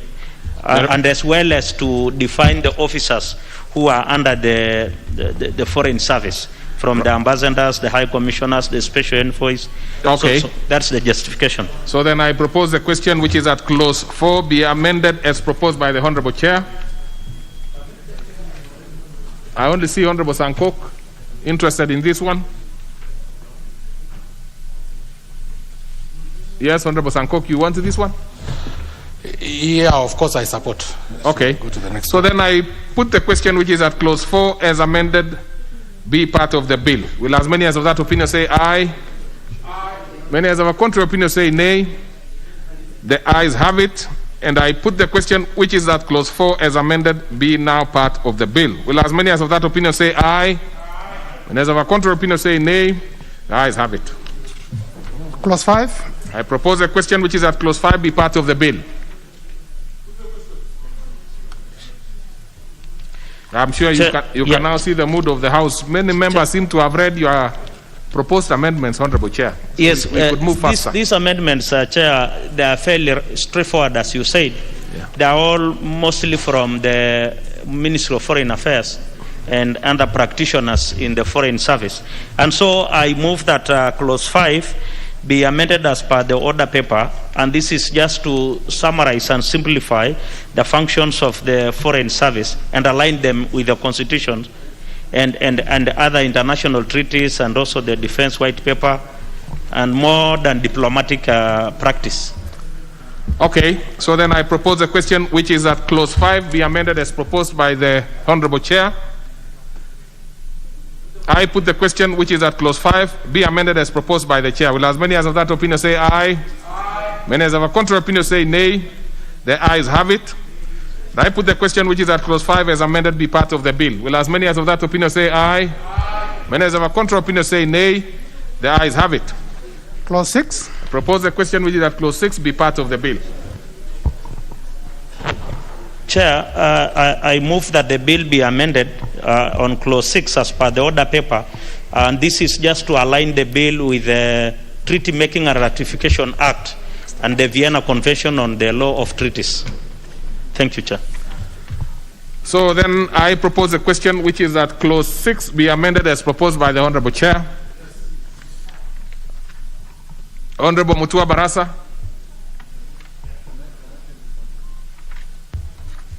Yeah, Honorable Chair, I support, but some of these things are very, very straightforward. I'm wondering why the Chair is bringing them at this time, but because I know he's a man of integrity, I will support. Otherwise, I will have opposed for fear of other underlying issues which may not be of interest of this country.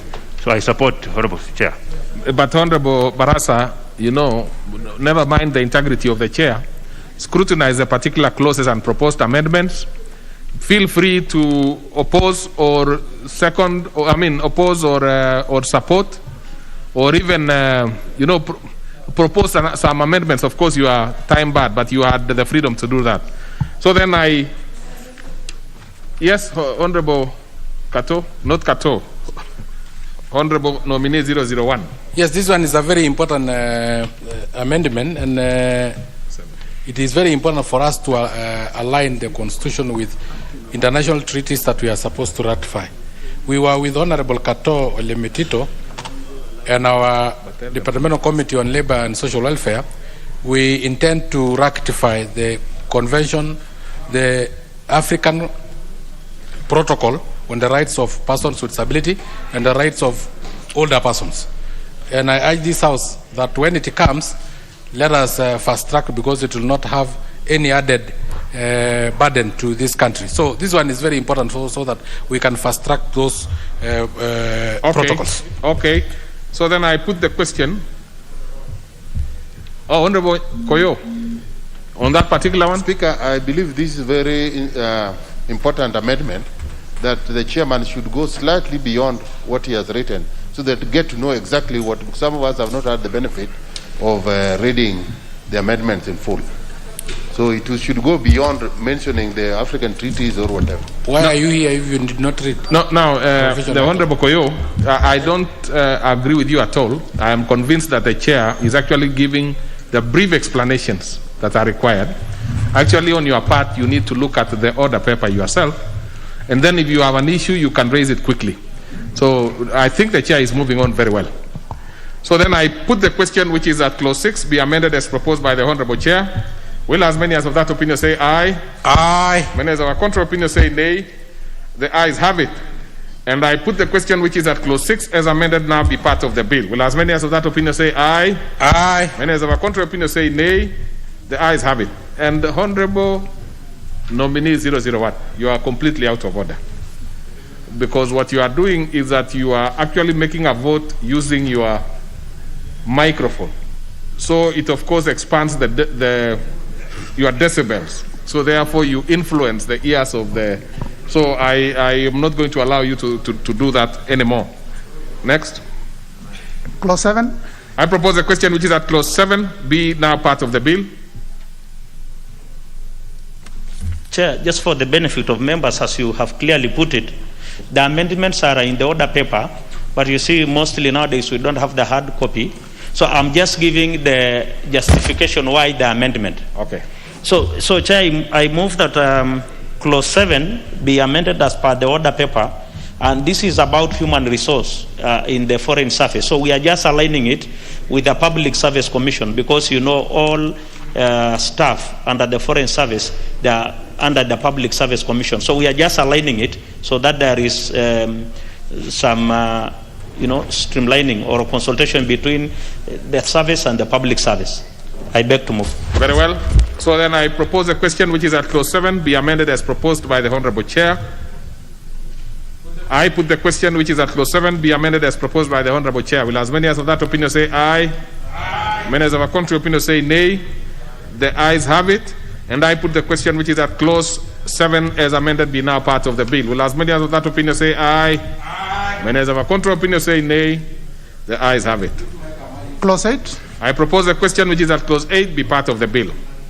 And I put the question which is at clause 8 be part of the bill. Will as many as of that opinion say aye? Aye. Many as of a contrary opinion say nay? The ayes have it. Clause 9. Propose the question which is at clause 9 be part of the bill. Honorable Chair.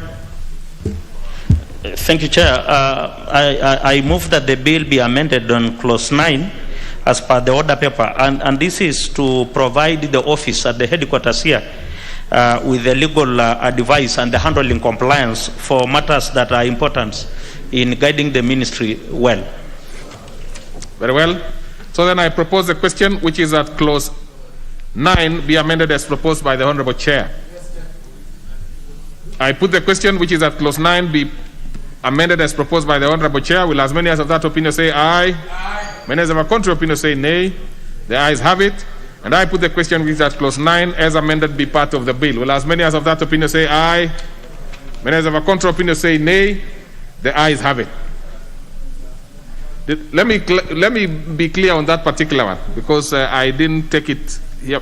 Let me repeat it again for members to, give their verdict. I put the question, which is that clause 10 as amended be part of the bill. Will as many... Sorry, it's clause 9. I put the question, which is that clause 9 as amended be part of the bill. Will as many as of that opinion say aye? Aye. Many as of a contrary opinion say nay? The ayes have it. Clause 10. I propose a question, which is that clause 10 be part of the bill. Chair, I move that the bill be amended on clause 10 as per the order paper, and this is simply to allow, that at times we open new missions abroad. Again, at times they say in diplomacy you can't close down a mission, but you can downscale it. So for those two purposes, opening and downscaling, the cabinet secretary need to get approval at the cabinet level, since it is a function of the national government. I beg to move. Very well, and very well explained. So I propose a question, which is at clause 10 as be amended as proposed by the Honorable Chair. I put the question, which is at clause 10 be amended as proposed by the Honorable Chair. Will as many as of that opinion say aye? Aye. Many as of a contrary opinion say nay? The ayes have it. And I put the question, which is at clause 10 as amended be part of the bill. Will as many as of that opinion say aye? Aye. Many as of a contrary opinion say nay? The ayes have it. And order the Honorable nominee 001. Your voting must be in an organized manner, even if it is in terms of decibels. Put it in an organized manner that can be picked as a vote. Yes, but you are doing very well. Let's proceed to the next one. Clause 11. I propose a question, which is at clause 11 be part of the bill. Chair, I move that the bill be amended on clause 11 by deleting that clause, or clause 11.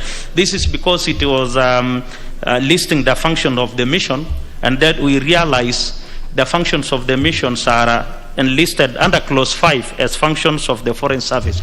So it is a repetition. So I beg to move. So then I propose a question, which is at clause 11 be deleted. I put the question, which is at clause 11 be deleted. Will as many as of that opinion say aye? Many as of a contrary opinion say nay? The ayes have it. Now, let me confirm something.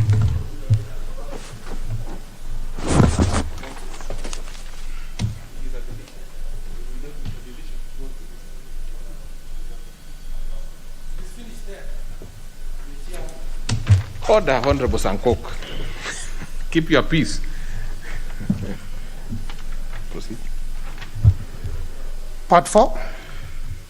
I propose a question, which is that part 4 be part of the bill. Honorable Chair. Yes, Chair, as per the order paper, I move that part 4 be amended, and this is because this part should be dealing with the matters of staffing and condition of service. So we are just changing the heading. Very well. So then I propose the question, which is that part 4 be amended as proposed by the Chair. I put the question, which is that part 4 be amended as proposed by the Chair. Will as many as of that opinion say aye? Many as of a contrary opinion say nay? The ayes have it. And I put the question, which is that part 4 as amended be part of the bill. Will as many as of that opinion say aye? Aye. Many as of a contrary opinion say nay? The ayes have it. Clause 12. Propose a question, which is that clause 12 be part of the bill.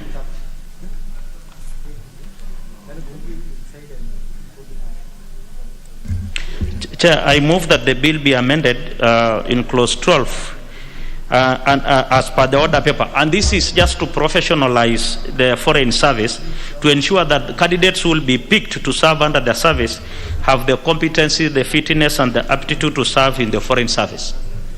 I beg to move. So then I propose a question, which is at clause 12 be amended as proposed by the Honorable Chair. I put the question, which is at clause 12 be amended as proposed by the Honorable Chair. Will as many as of that opinion say aye? Many as of a contrary opinion say nay? The ayes have it. I put the question, which is at clause 12 as amended be now part of the bill. Will as many as of that opinion say aye? Many as of a contrary opinion say nay? The ayes have it. Clause 13. Propose a question which is that clause 13 be part of the bill. Chair, I move that the bill be amended by deleting clause 13 as per the order paper. And the reason why we are deleting this clause is it deals with allowances of those who serve in the foreign service. And we realize that this is a constitutional mandate of the SRC, Salaries and Remuneration Commission. So no need to give it to this bill.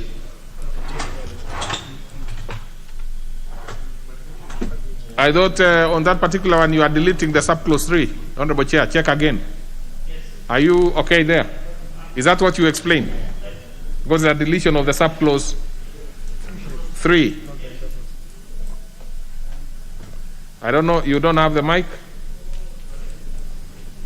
Thank you, Chair. The deletion is only 13 subclause 3. 1, 2 remains. Okay. Yeah. That clarifies. So then I propose a question which is that clause 13 be amended as proposed by the Honorable Chair.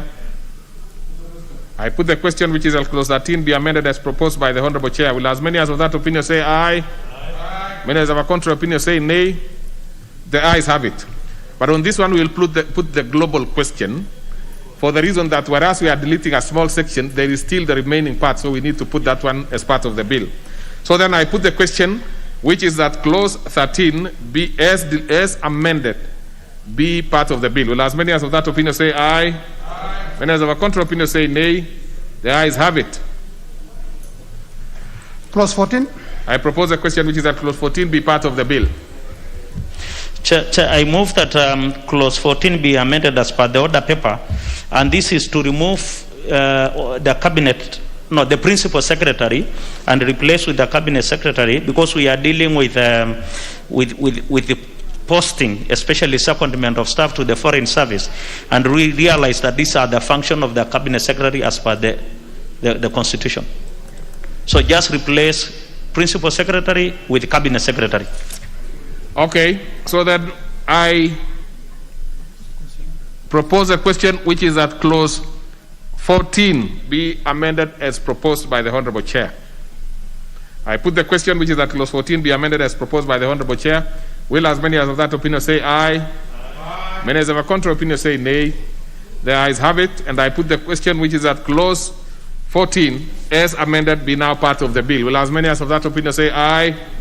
Many as of a contrary opinion say nay? The ayes have it. Clause 15. Propose a question which is that clause 15 be part of the bill.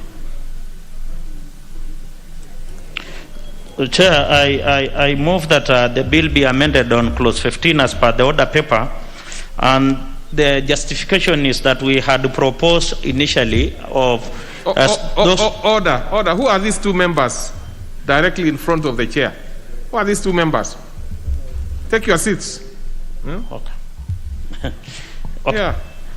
Thank you, Chair. So I was saying that initially we had proposed that those who are posted to serve under the foreign service sign a contract form, deployment contract form, but we realized that these are public servants who already have contract with the Public Service Commission. So we are just proposing that instead of signing a contract form, they sign an administrative clearance form, since they already have a contract with the Public Service Commission. All right. So then I propose a question which is at clause 15 be amended as proposed by the Honorable Chair. I put the question which is at clause 15 be amended as proposed by the Honorable Chair. Will as many as of that opinion say aye? Aye. Many as of a contrary opinion say nay? The ayes have it. And I put the question which is at clause 15 as amended be now part of the bill. Will as many as of that opinion say aye? Aye. Many as of a contrary opinion say nay? The ayes have it.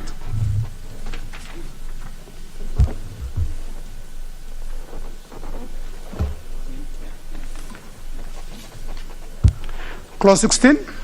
I propose a question which is at clause 16 be part of the bill.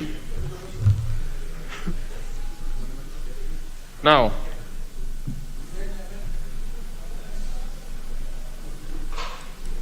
whom should I be giving? Honorable Mutabi. Thank you, Mr. Speaker. Mr. Speaker, I move that clause 16 be amended as per the order paper. Mr. Speaker, this amendment seeks to provide for the Cabinet Secretary at a policy level to ensure officers receive relevant diplomatic training, and again, it also seeks to provide for training at the academic institution which is established under the Act, Mr. Speaker. Very well. So then I propose a question, which is that clause 16 be amended as proposed by the Honorable Mutavi Kilonzo. I put the question, which is that clause 16 be amended as proposed by the Honorable Kilonzo. Will as many as of that opinion say aye? Aye. Many as of our contrary opinion say nay? The ayes have it. And I put the question, which is that clause 16 as amended be now part of the bill. Will as many as of that opinion say aye? Aye. Many as of our contrary opinion say nay? The ayes have it. Clause 17. Actually, the Honorable Sankoki is proving to be very useful. Now, I propose a question, which is that clause 17 be part of the bill. Mr. Speaker, I move that clause 17 be amended as per the order paper. Just a minute. Sorry, just a minute, Honorable Kilonzo. I'm working on something here. And by the way, please maintain your mic on, because you'll be moving those amendments, and be silent after you have spoken to it so that we can proceed faster. Let me confirm something.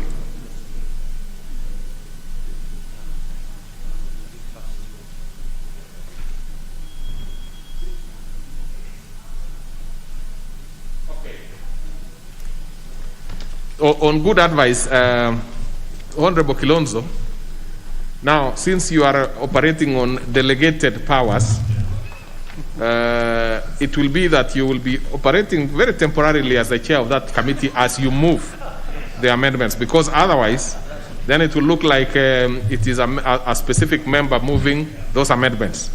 I just noticed that you are not doing it on your own. These are committee amendments, and therefore it's the chair who is supposed to move. In absence of the chair, any other member who has been delegated powers to will act like the chair for that opportunity.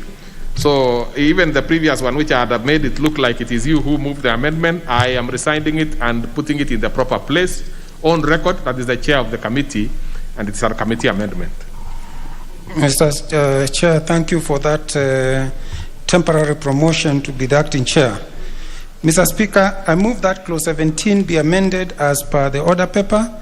And this, Mr. Speaker, is to ensure Public Service Commission consults with the Cabinet Secretary of relevant ministries before they post their officers as attaches, Mr. Speaker.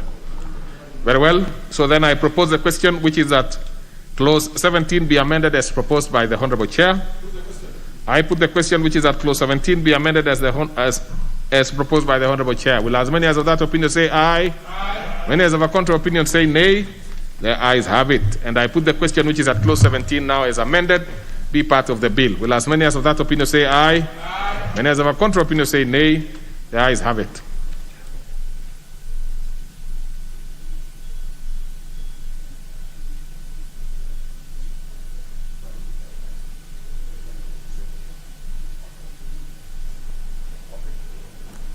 All right. Now, Clause 18. I propose a question, which is that clause 18 be part of the bill. And Honorable Chair, how we are going to proceed on this particular one is, since you have a series of, amendments, so we deal with each separately. Then the global question will unify it eventually. So let's deal with the specifics, and I think there are 3 of them. So we can start, the Honorable Chair. Thank you, Mr. Speaker. Mr. Chair, I move that clause 18 be amended as per the order paper. Mr. Speaker, these clauses basically deal with the issues of the terms of employment and recruitment details, which are best left to the regulations which set on the terms of employment for staff.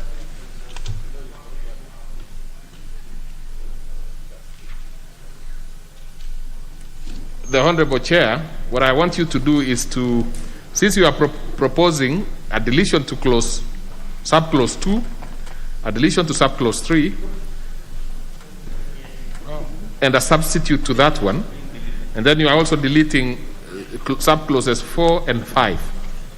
I want, so that the members can be with you, I think it would be proper if you did it that way. It's fair, it will be tidier. What you have just done is correct, but the other one would really give members an opportunity to deal with each. Thank you, Mr. Speaker.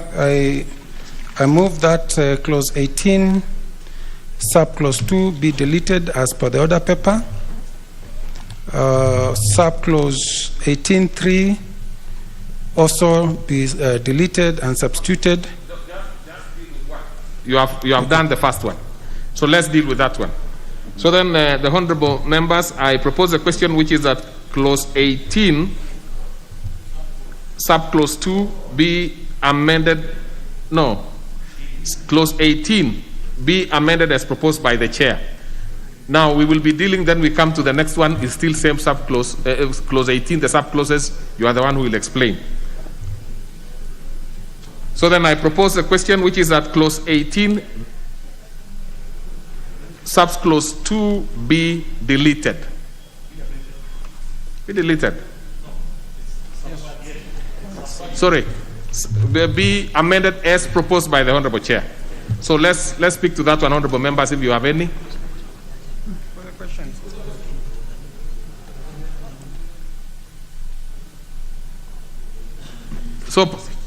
So then I put the question, which is that clause 18, subclause 2 be amended as proposed by the honorable chair. Will as many as of that opinion say aye? Aye. Many as of a contrary opinion say nay? The ayes have it. Now let's go to subclause 3. Mr. Speaker, I move that clause 18, subclause 3 be amended as per the order paper. Okay.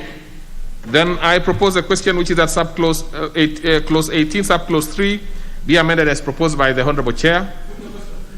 I put the question which is that clause 18, subclause 3 be amended as proposed by the honorable chair. Will as many as of that opinion say aye? Aye. Many as of a contrary opinion say nay? The ayes have it.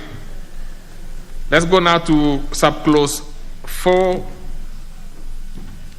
Mr. Speaker, I move that clause 18 be amended by deleting subclause 4.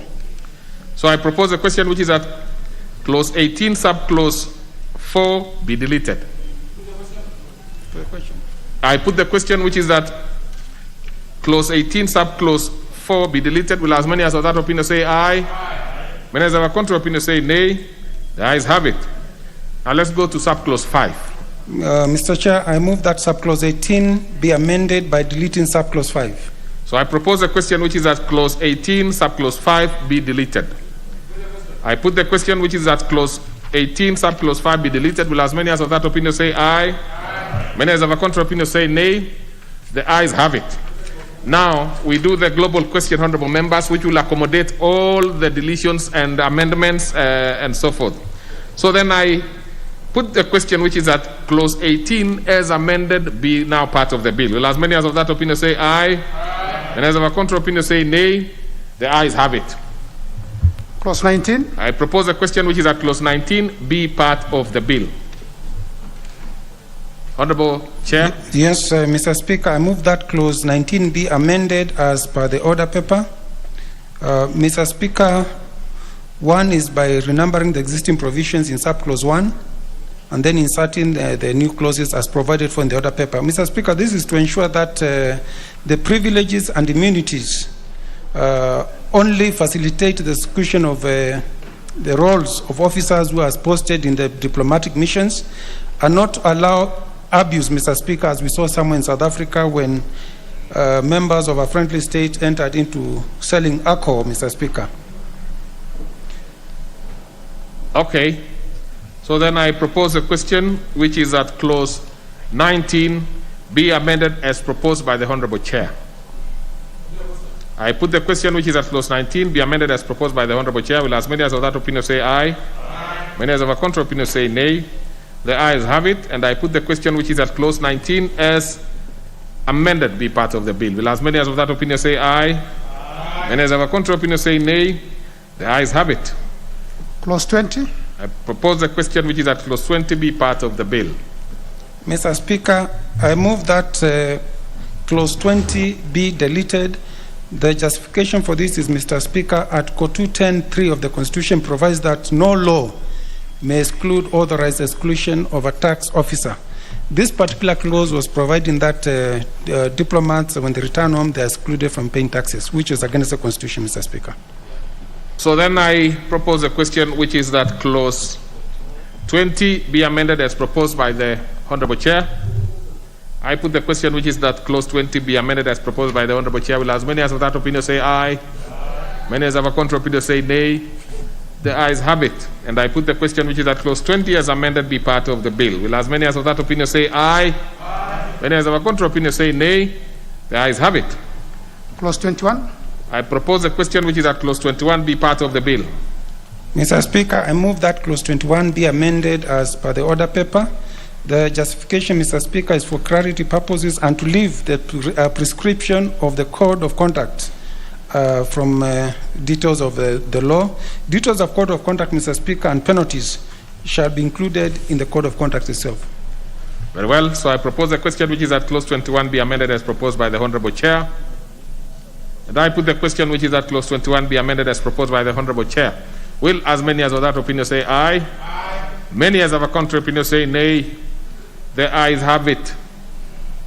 I put the question, which is that Clause 21 as amended be now part of the bill. Will as many as of that opinion say aye? Aye. Many as of a contrary opinion say nay? The ayes have it.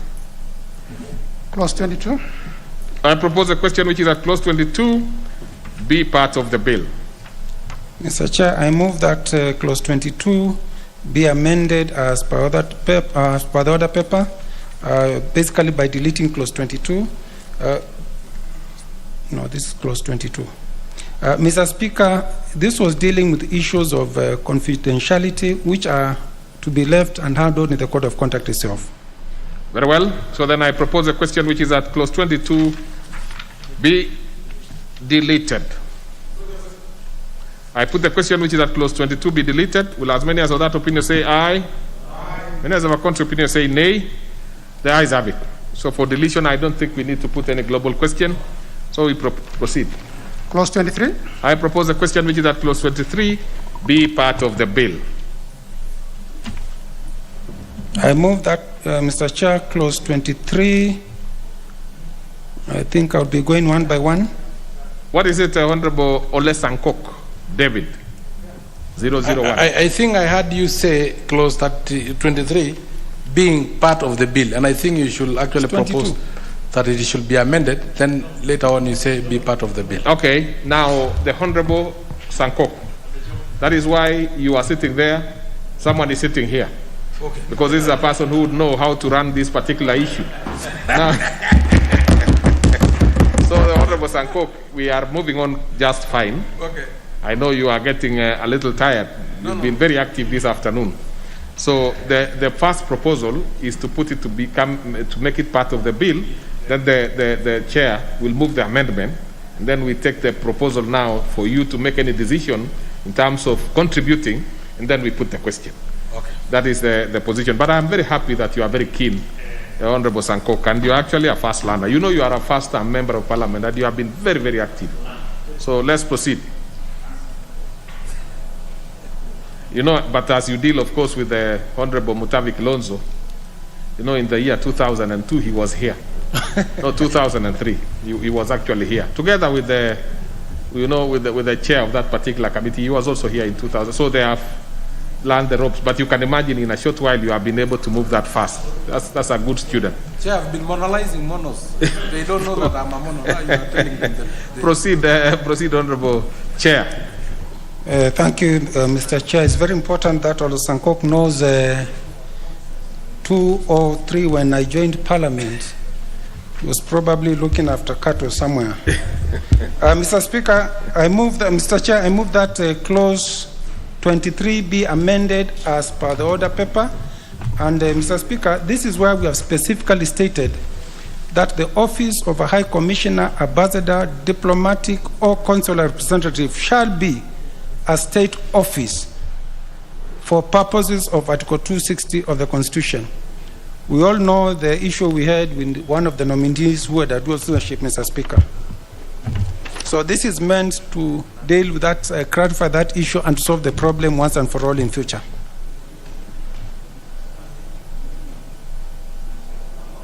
Okay, so honorable members, I propose a question which is that clause 23 be amended as proposed by the honorable chair. I put the question which is at clause 23 be amended as proposed by the honorable chair. Will as many as of that opinion say aye? Aye. Many as of a contrary opinion say nay? The ayes have it. Then now the honorable chair, we want us to proceed to have the proposal of this new clause 23.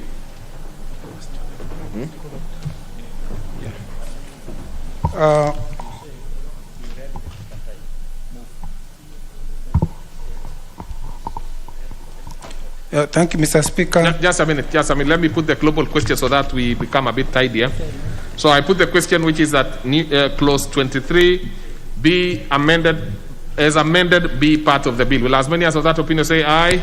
Aye. Many as of our contrary opinion say nay? The ayes have it. Proposed new clause 23A. Now, let me call the mover to move second reading of the new clause. Mr. Speaker, I move that clause 23A be read a second time. Very well. So I propose a question which is that new clause 23 be now read a second time. I see no interest in this particular one. So I put the question which is that new clause 23 be now read a second time. Will as many as of that opinion say aye? Aye. Many as of a contrary opinion say nay? The ayes have it. I propose then the question which is that the new clause 23 be part of 23A, sorry, be part of the bill. Will as many as of that opinion say aye? Aye. No, honorable members, I have jumped the gun. So let me redo it again. I propose the question which is that new clause 23A be part of the bill. Any member who wants to speak to it? So I put the question now, which is that the new clause 23A be part of the bill. Will as many as of that opinion say aye? Aye. Many as of a contrary opinion say nay? The ayes have it. Clause 24. I propose the question which is that clause 24 be part of the bill. All the members, and no member should come between the speaker, the chair, and the member contributing. Who is that chair member who has just walked in? Okay, proceed anyway. The Honorable Kilonzo. Mr. Speaker, I move that clause 24 be amended as per the bill, and this, Mr. Speaker, is basically by deleting clause 4 as per the order paper. So it's a deletion, so I propose a question which is that clause 24 be deleted. No, that's deleting as subclause 4. So it's not the deletion of the entire clause. So therefore, I propose a question which is that clause 24 be amended as proposed by the chair. I put the question which is that clause 24 be deleted as proposed by the honorable chair. Will as many as of that opinion say aye? Aye. Many as of a contrary opinion say nay? The ayes have it. Put the question which is that clause 24 as amended be now part of the bill. Will as many as of that opinion say aye? Aye. Many as of a contrary opinion say nay? The ayes have it. Clause 25. Propose the question which is at clause 25 be part of the bill.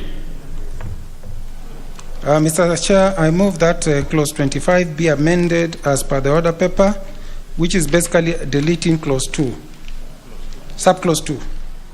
All right, so I propose a question which is at clause 25 be amended as proposed by the honorable chair. I put the question which is at clause 25 be amended as proposed by the honorable chair. Will as many as of that opinion say aye? Aye. Many as of a contrary opinion say nay? The ayes have it. And I put the question which is at clause 25 as amended be part of the bill. Will as many as of that opinion say aye? Aye. Many as of a contrary opinion say nay? The ayes have it. Clause 26. I propose a question which is at clause 26 be part of the bill. There's no amendment to this one, so I put the question which is at clause 26 be part of the bill. Will as many as of that opinion say aye? Aye. And as of a contrary opinion say nay? The ayes have it. Clause 27. I propose a question which is at clause 27 be part of the bill. I think the chair of that particular committee is using what we call division of labor. Yes. Which is actually a good thing. Which is a good thing. Thank you, Honorable Chair. I beg to move that clause 27, we delete subclause 3. Order. Now, who is this again? Order, honorable members. Order. Take your seat if there is any there. Very good. Now proceed to the Honorable Raso. Thank you very much, Honorable Chair. Honorable Chair, I beg to move that clause 27, we delete subclause 3. This is just to clarify the reporting channels where there is no head of mission within a country. Okay, so then I propose a question which is that clause 27 be amended as proposed by the chair. And I put the question which is that clause 27 be amended as proposed by the chair. Will as many as of that opinion say aye? Many as of a contrary opinion say nay? The ayes have it. And I put the question which is that clause 27 as amended be now part of the bill. Will as many as of that opinion say aye? Many as of a contrary opinion say nay? The ayes have it. Part 6. I propose a question which is that part 6 be part of the bill. Be deleted, sorry. Honorable Chair, I beg to move that part 6 of the bill be deleted because this has already been included previously in the part of ambassadors, high commissioners, diplomatic and consular representative in part 2 of the bill. Very well. So then I propose a question which is at part 4, part 6 be deleted. I put the question which is at part 6 be deleted. Will as many as of that opinion say aye? Aye. And as of a contrary opinion say nay? The ayes have it. Clause 28. I propose a question which is at clause 28 be part of the bill. It does not have an amendment, so I put the question which is at clause 28 be part of the bill. Will as many as of that opinion say aye? Aye. Many as of a contrary opinion say nay? The ayes have it. Clause 29. I propose a question which is at clause 29 be part of the bill. Honorable Chair, I beg to move that in clause 29 we delete subclause 2 and 3. This is basically what had been proposed. Is both prescriptive and restrictive. This is to make the bill flow without any overt prescription. Very well. So then I propose a question which is at clause 29 be amended as proposed by the Honorable Chair. I put the question which is at clause 29 be amended as proposed by the Honorable Chair. Will as many as of that opinion say aye? Aye. Many as of a contrary opinion say nay? The ayes have it. I put the question which is at clause 29 as amended be now part of the bill. Will as many as of that opinion say aye? Aye. Many as of a contrary opinion say nay? The ayes have it. Clause 30. I propose the question which is at clause 30 be part of the bill. Sorry, it's a deletion. So I propose the question which is at clause 30 be deleted. Honorable Chair, I beg to move that clause 30 be deleted. This is basically to clean up the bill for the logical flow of the bill throughout. Very well. So therefore, I propose a question which is at clause 30 be deleted. Will as many as of that opinion say aye? Aye. Many as of a contrary opinion say nay? The ayes have it. Clause 31. I propose a question which is at clause 31 be part of the bill. And I put the question which is at clause 31 be part of the bill. Will as many as of that opinion say aye? Aye. And as of a contrary opinion say nay? The ayes have it. Clause 32. I propose a question which is at clause 32 be part of the bill. Honorable Chair, I beg to move that we delete clause 32 and substitute accordingly with the following text as per the order paper. The purpose or the reason for this amendment is informed by functions of other foreign service academies and also represent international best practice. Very well. So then I propose the question which is that clause 32 be amended as proposed by the Honorable Chair. The Honorable Sankok. Of all the amendments that we have done, Honorable Chair, I really support this one because the head of missions and the ambassadors are our face outside there, training them, because this basically deal with training and ensuring that they can form linkages and collaboration with other countries. Now that we are gearing towards having foreign exchange from immigrant workers, Kenyans working abroad, and we have had problems with those working in Saudi Arabia, I think training our ambassadors and head of missions will be very important. So this one is a very important amendment. Thank you, I support. Very well. So then therefore, I propose a question which is that clause 32 be amended as proposed by the Honorable Chair. Will as many as of that opinion say aye? Aye. Many as of a contrary opinion say nay? The ayes have it. And I put the question which is that clause 32 as amended be part of the bill. Will as many as of that opinion say aye? Aye. Many as of a contrary opinion say nay? The ayes have it. Clause 33. I propose a question which is that clause 33 be part of the bill.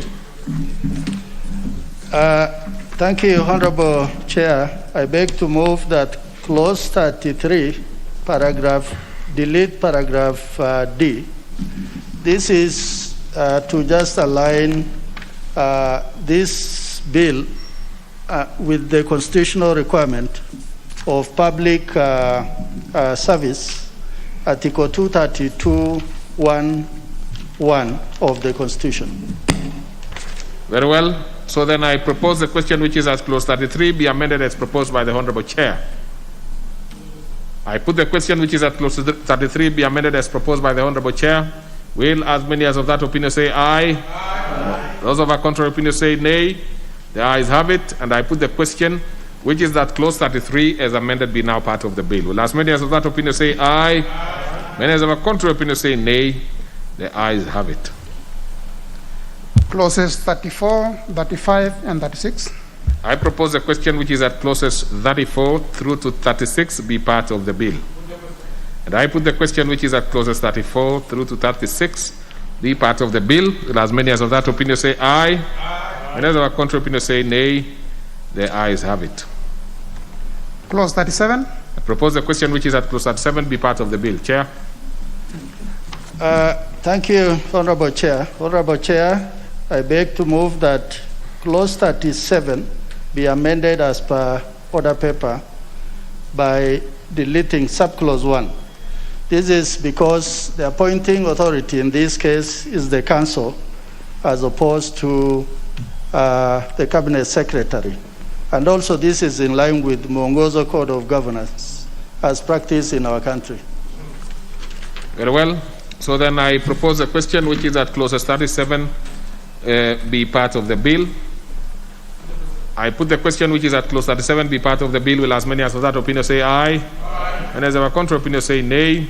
The ayes have it. And I put the question which is at the clause 37 as amended be now part of the bill. Will as many as of that opinion say aye? Aye. Many as of a contrary opinion say nay? The ayes have it. Clause 38. Propose a question which is at clause 38 be part of the bill. Thank you, Honorable Chair. I beg to move that we delete clause 38 and substitute as per text in the order paper. This is to align this bill with Mwongozo Code of Governance, also to provide clarity on who is the accounting officer in the academy, and also to enhance the functions of the Director General. Very well. So then I propose a question which is that clause 38 be amended as proposed by the Honorable Chair. I put the question which is at clause 38 be amended as proposed by the Honorable Chair. Will as many as of that opinion say aye? Aye. Many as of a contrary opinion say nay? The ayes have it. I put the question which is that clause 38 as amended be part of the bill. Will as many as of that opinion say aye? Aye. Many as of a contrary opinion say nay? The ayes have it. New clause 38. Let's have the Mover to move the second reading of the new clause. Chair, now allow me to recall my delegated powers and authority, and now move that clause 38A be read for a second time. Very well. So I propose a question which is that new clause 38A be now read a second time. I put the question which is that new clause 38A be now read a second time. Will as many as of that opinion say aye? Aye. Many as of a contrary opinion say nay. The ayes have it. And I propose the question which is that the new clause 38A be part of the bill. I put the question which is that new clause 38A be part of the bill. Will as many as of that opinion say aye? Aye. And as of a contrary opinion say nay. The ayes have it. Clause 39, 40, 41, 42, 43, 44, and 45. I propose a question which is that clauses 39 through to 45 be part of the bill. I put the question which is that clauses 39 through to 45 be part of the bill. Will as many as of that opinion say aye? Aye. Many as of a contrary opinion say nay. The ayes have it. Clause 46. I propose a question which is that clause 46 be part of the bill. Chair, I move that clause 46 be amended as per the order paper, and this is to align it with the provisions of Public Audit Act of 2015 that says that after every 3 months from the end of the financial year, the council shall submit to the Auditor General the accounts of the academy, that is the statement of income and the balance sheet. I move.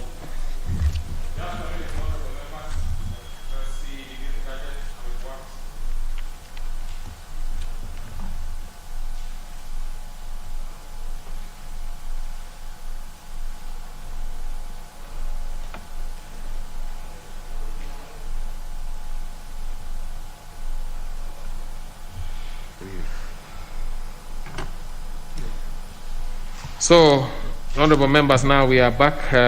So I propose a question which is that clause 46 be amended as proposed by the honorable chair. I put the question which is that clause 46 be amended as proposed by the honorable chair. Will as many as of that opinion say aye? Aye. Many as of a contrary opinion say nay. The ayes have it. And I put the question which is that clause 46 as amended be now part of the bill. Will as many as of that opinion say aye? Aye. Many as of a contrary opinion say nay. The ayes have it. Part 9. I propose a question which is that part 9 be part of the bill.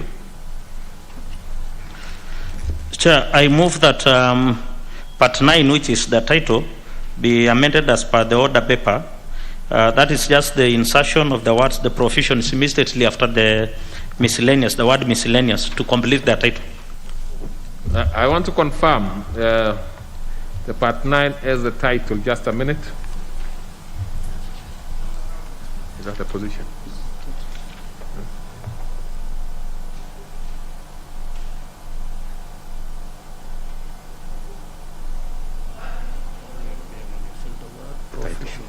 So allow me to avoid the part of the title because this is actually a subtitle. So I propose a question which is that part 9 be amended as proposed by the honorable chair. I put the question which is that part 9 be amended as proposed by the chair. Will as many as of that opinion say aye? Aye. Many as of a contrary opinion say nay. The ayes have it. So I put the question which is that part 9 as amended be part of the bill. Will as many as of that opinion say aye? Aye. Many as of a contrary opinion say nay. The ayes have it. Clauses 47, 48, and 49. I propose a question which is that clauses 48, 47, 48, and 49 be part of the bill. And I put the question which is that clauses 47, 48, and 49 be part of the bill. Will as many as of that opinion say aye? Aye. Many as of a contrary opinion say nay. The ayes have it. New clause 49A. Okay, let's have the mover to move second reading of the new clause. Thank you, Chair. I move that new clause 49A be read for a second time. I propose the question. So let me propose a question which is at new clause 49A be now read a second time. I put the question which is at new clause 49A be read a second time. Will as many as of that opinion say aye? Many as of a contrary opinion say nay? The ayes have it. And I put the question, and I propose the question which is at the new clause 49A be part of the bill. I put the question which is at new clause 49A be part of the bill. Will as many as of that opinion say aye? Aye. Many as of a contrary opinion say nay? The ayes have it. Clause 50. I propose a question which is at clause 50 be part of the bill. Chair, I move that the bill be amended in clause 50 as per the order paper. This is just to expand the scope of the regulations that may be made by the Cabinet Secretary for the administration of this act. So there are listed the issues that the Cabinet Secretary may make regulations on. I beg to move. All right. So then I propose a question which is that clause 50 be amended as proposed by the Honorable Chair. I put the question which is at clause 50 be amended as proposed by the Honorable Chair. Will as many as of that opinion say aye? Aye. Many as of a contrary opinion say nay? The ayes have it. Put the question which is at clause 50 as amended be now part of the bill. Will as many as of that opinion say aye? Aye. And as of a contrary opinion say nay? The ayes have it. Clause 51. I propose the question which is at clause 51 be part of the bill. And I put the question which is at clause 51 be part of the bill. Will as many as of that opinion say aye? Aye. And as of a contrary opinion say nay? The ayes have it. Schedule. I propose a question which is at the schedule be scheduled to the bill. I put the question which is at the schedule be part of the bill. Will as many as of that opinion say aye? Aye. And as of a contrary opinion say nay? The ayes have it. Clause 2. I propose a question which is at clause 2 be part of the bill. Honorable Chair. Chair, I move that the bill be amended in clause 2 as per the order paper. And this is about the interpretation, so it's more of the definition of several terms used in the bill, like attachee, the dependent child, among others. And they are all to conform with the existing laws. Then I propose a question which is at clause 2 be part of the bill.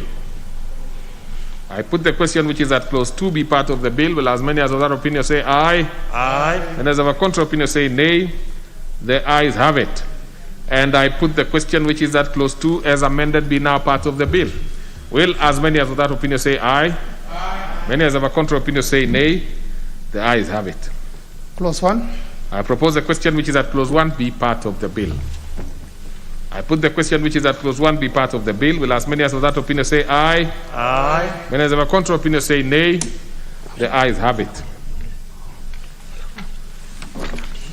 Title. I propose the question which is at the title be the title to the bill. And I put the question which is at the title be the title to the bill. Will as many as of that opinion say aye? Aye. And as of a contrary opinion say nay?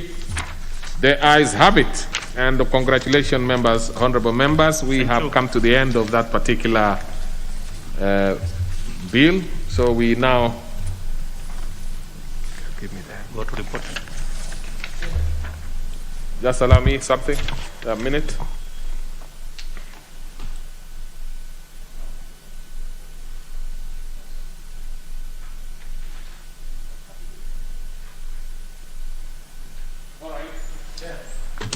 What is it, the Honorable Sankok?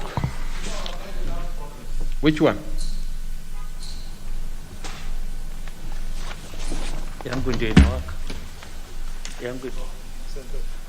Which gadget, Honorable Sankok? Our gadget only went up to clause 50. So, Chair, sometimes it is good for us. I've been following keenly. I know. But it only went to 50. Whatever you said after 50 was, I was not following. Yeah, probably your gadget is faulty, mine is not. No, no. I'm trying to see which gadget are we talking about now? No. Well, I'm told I should use the phone, but this gadget. Okay. This one, these machines. Is it called a laptop? At least you or iPad? Sorry. Lollipop. Sorry. You actually are, I think what you have done, you are using the order paper. Oh, and yes. the order paper takes you up to 50 because that is the only clause, the last clause that has amendment. The rest are full amendment. Then there are a few others which are behind. We do not have amendments, so therefore you don't need to put it in the order paper. The only areas that we put in the order paper are those ones with amendments. Thank you. Well guided. So the last three do not have any amendments, but quite a good observation, obviously. Thank you. Because it's good when you notice that some members are following very keenly. Yes. So then we can proceed. We now, honorable members, I want to call the mover to move reporting. Thank you, Chair. Chair, I beg to move that the committee do report to the House its consideration of the Foreign Service Bill, National Assembly Bill number 8 of 2021, and its approval thereof with amendments. Very well. So then I put the question, which is that the committee do report to the House its consideration of the Foreign Service Bill, National Assembly Bill number 8 of 2021, and its approval thereof with amendments. Will as many as of that opinion say aye? Aye. Any as of a contrary opinion say nay? The ayes have it. Thank you.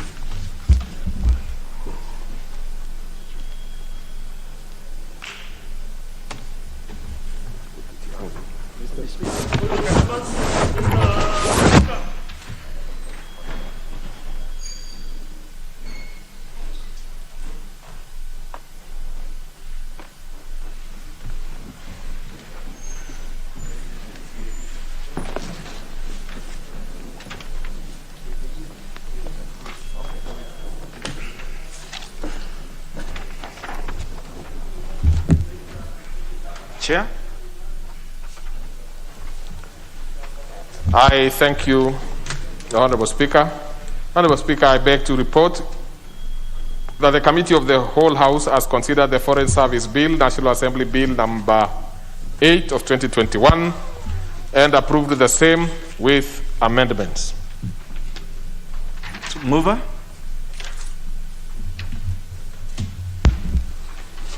Honorable Speaker, I beg to move that the House do agree with the committee in the said report, and I request Honorable Charles Kilonso to second the motion for agreement with the report of the Committee of the House, Whole House. The Honorable Kilonso. I second, Mr. Speaker. Honorable members, I propose the question, which is that the House do agree with the committee in the said report.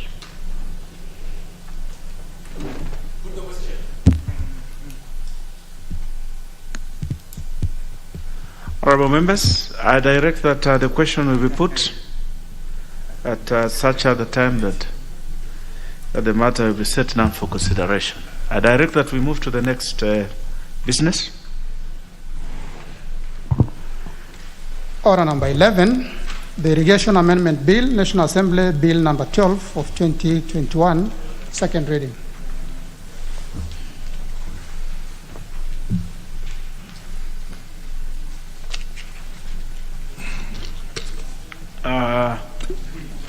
Leader of Majority. Thank you, Honorable Speaker. Honorable Speaker, I beg to move that the Irrigation Amendment Bill, National Assembly Bill number 12 of 2021, be now read a second time. Honorable Speaker, this is a critical bill that seeks to update and streamline some provisions of our Irrigation Act of 2019, which, Mr. Speaker, you recall, was to make provisions for the development, management, and regulation of irrigation as part of supporting sustainable food security and socio-economic development.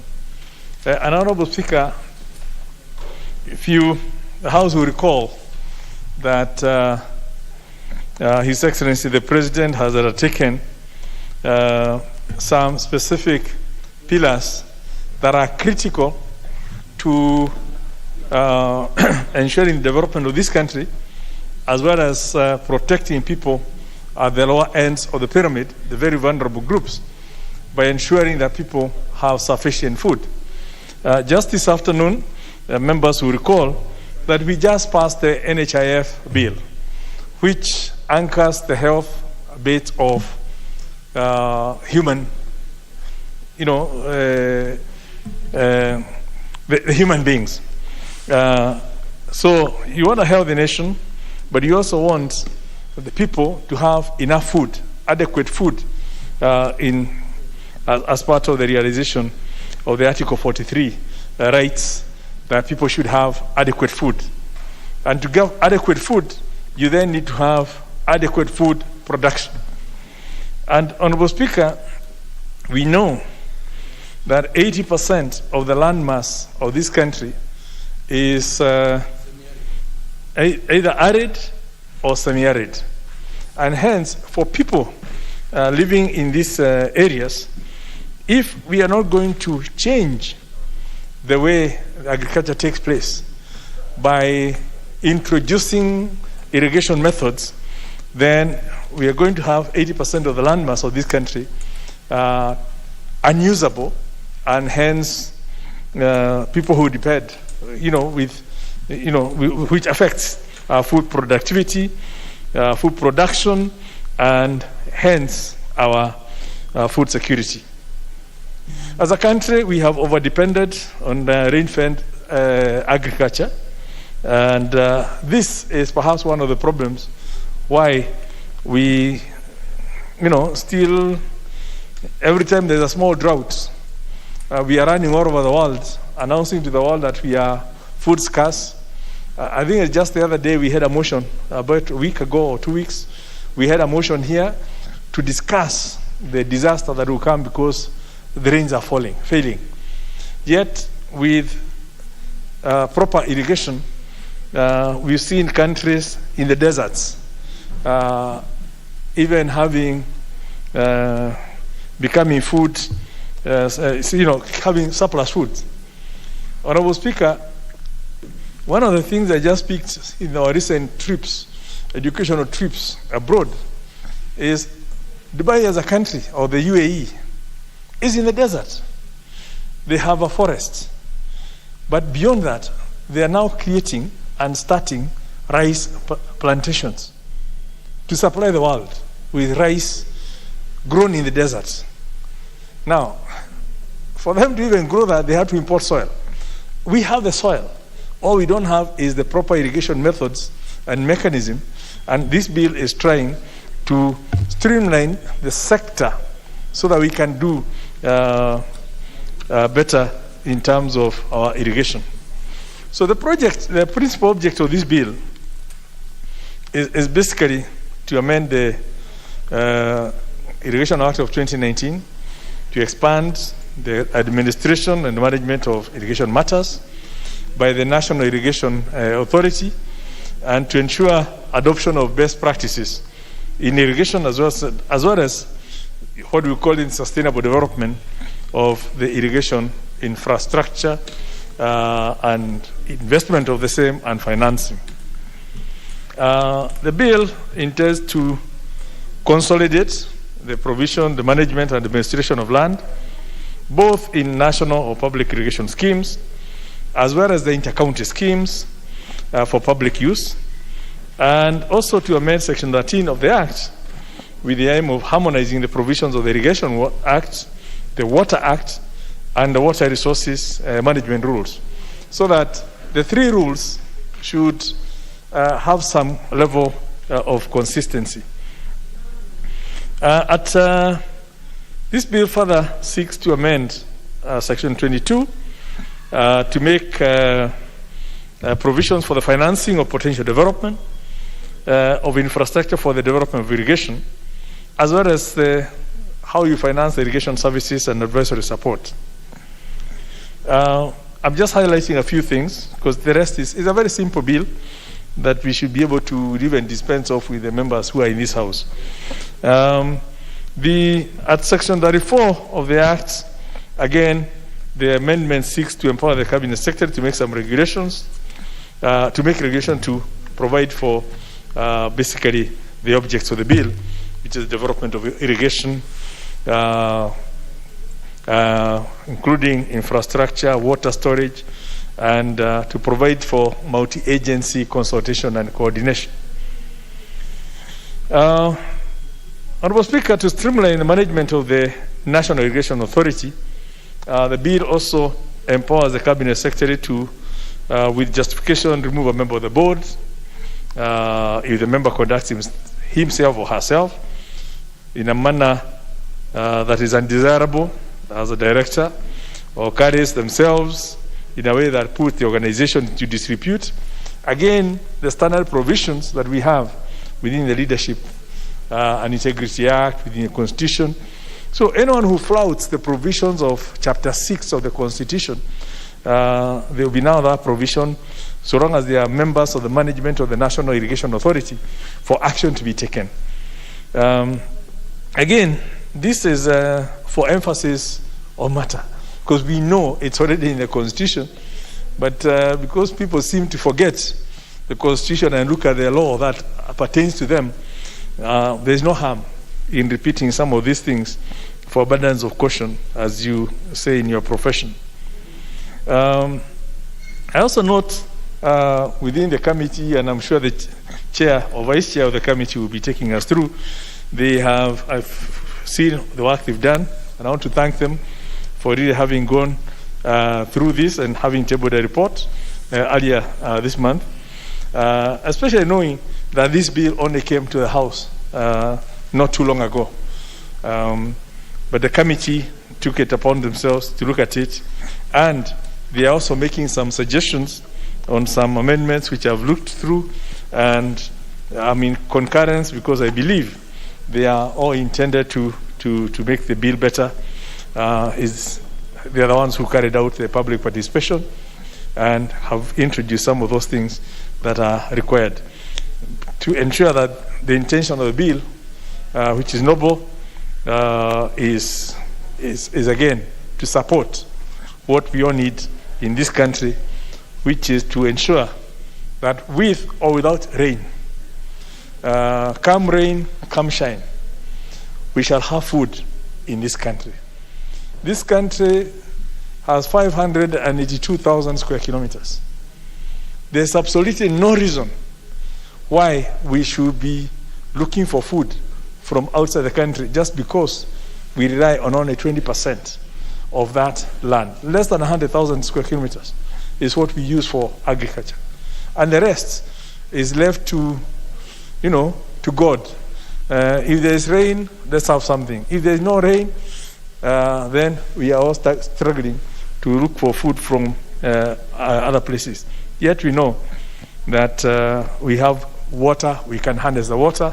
Our rivers are flowing into the ocean. We have so much underground water. And just by harnessing all that water resource and converting it, we can be able to provide food. Honorable Speaker, if you recall, if you traveled from Nairobi going towards Nakuru, all that area from, Maimahiu, all the way to Nakuru, used to be dry land. When you go through there today, you will see it's all green. When you look at Naivasha, most of the horticultural products that are being consumed in Europe is all coming from Naivasha, courtesy of irrigation. Yet the whole of that area had been abandoned as rangeland.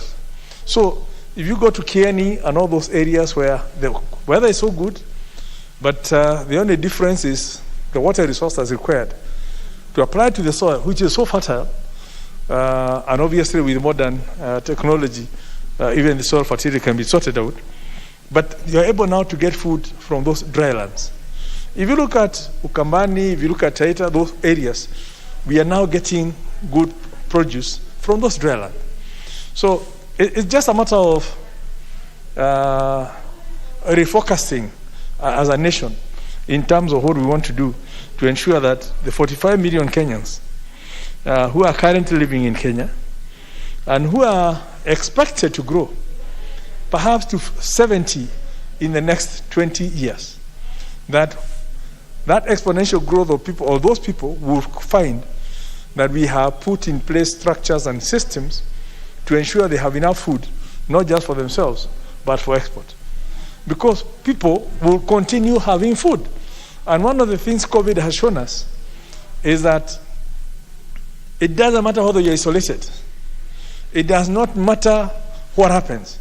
Human beings will need to eat. So the future is dependent heavily on people who are able to provide food for themselves and for export. Because food will always be required. Technology will always be required. People will need to live in a house. So there are some things that even our youth should not be looking at. Because I see most of them finishing university. And all they're looking at is looking for white-collar jobs. Instead of now looking at how can I get into food production, efficient food production and processing, and making a business out of it, because people will always eat. And in most of the other countries, that's what is sustaining those economies, food production. And I think for us at this point, if we can create the systems that are required to support irrigation, we would have gone one step in ensuring that this country can produce food for itself and for the neighborhood and for the commercial markets from the arid and semi-arid areas that the good Lord did bestow on this country. But we have beautiful weather, constant temperatures between day and night, which is good for food production. We don't have severe winters, we don't have severe summers. All we need is harness the fertility of our soils and the water that we have, and we have food produced. So this bill is basically trying to help, putting all that by streamlining the Irrigation Acts of 2019 to bring it up to speed and to respond to the current challenges so that Kenya can become a food secure country. With those remarks, Honorable Speaker, I beg to move and ask the Honorable Chachunganya, the Vice Chair of the committee that has all these bigger mandates on water, environment, and natural resources to second.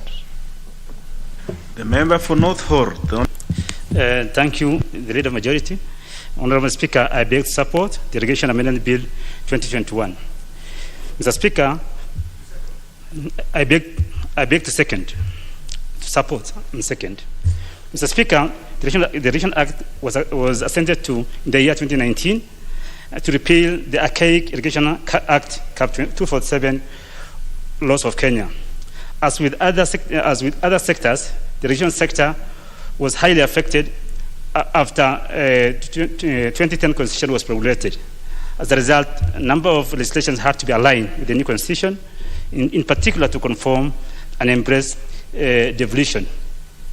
Mr. Speaker, the Act of 2019 was meant to streamline the development, management, and regulation of irrigation and to support sustainable food security and socio-economic development in Kenya.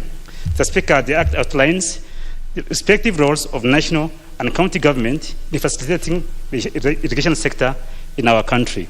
Honorable Speaker, the Act also embraced a multi-sectoral and participatory approach to irrigation development and management, and fully recognized private sector involvement as well as other non-state actors in irrigation development and management for improved sustainability.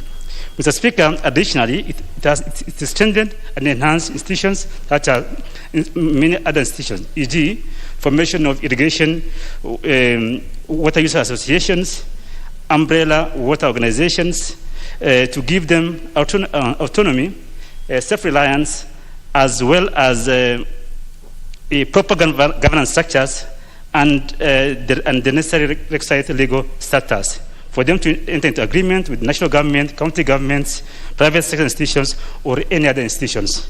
So, Speaker, the Act has expanded the mandate of the National Irrigation Authority and provided for its board composition in line with principles of corporate governance.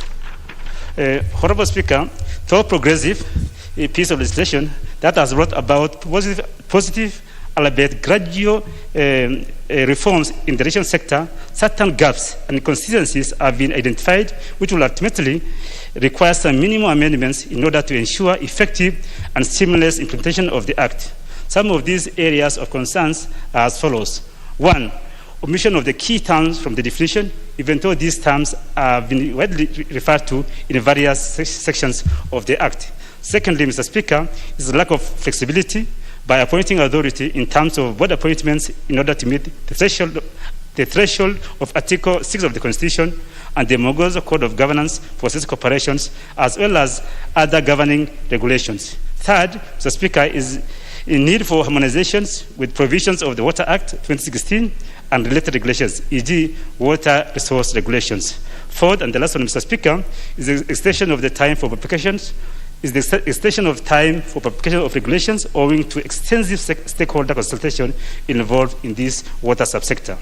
Mr. Speaker, arising from this background, the Irrigation Amendment Bill, National Assembly Bill number 12 of 2021, which was published on 16 April 2021 and read a first time on 18 June 2021, the bill was thereafter committed to the Departmental Committee on Environment and Natural Resources pursuant to National Standing Order 127.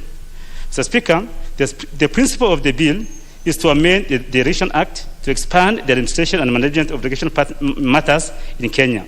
To achieve this expansion, Mr. Speaker, the bill seeks to amend various sections of the Act to ensure adoption of best practices in irrigation, as well as to enhance sustainable development of irrigation infrastructure, investment, and financing.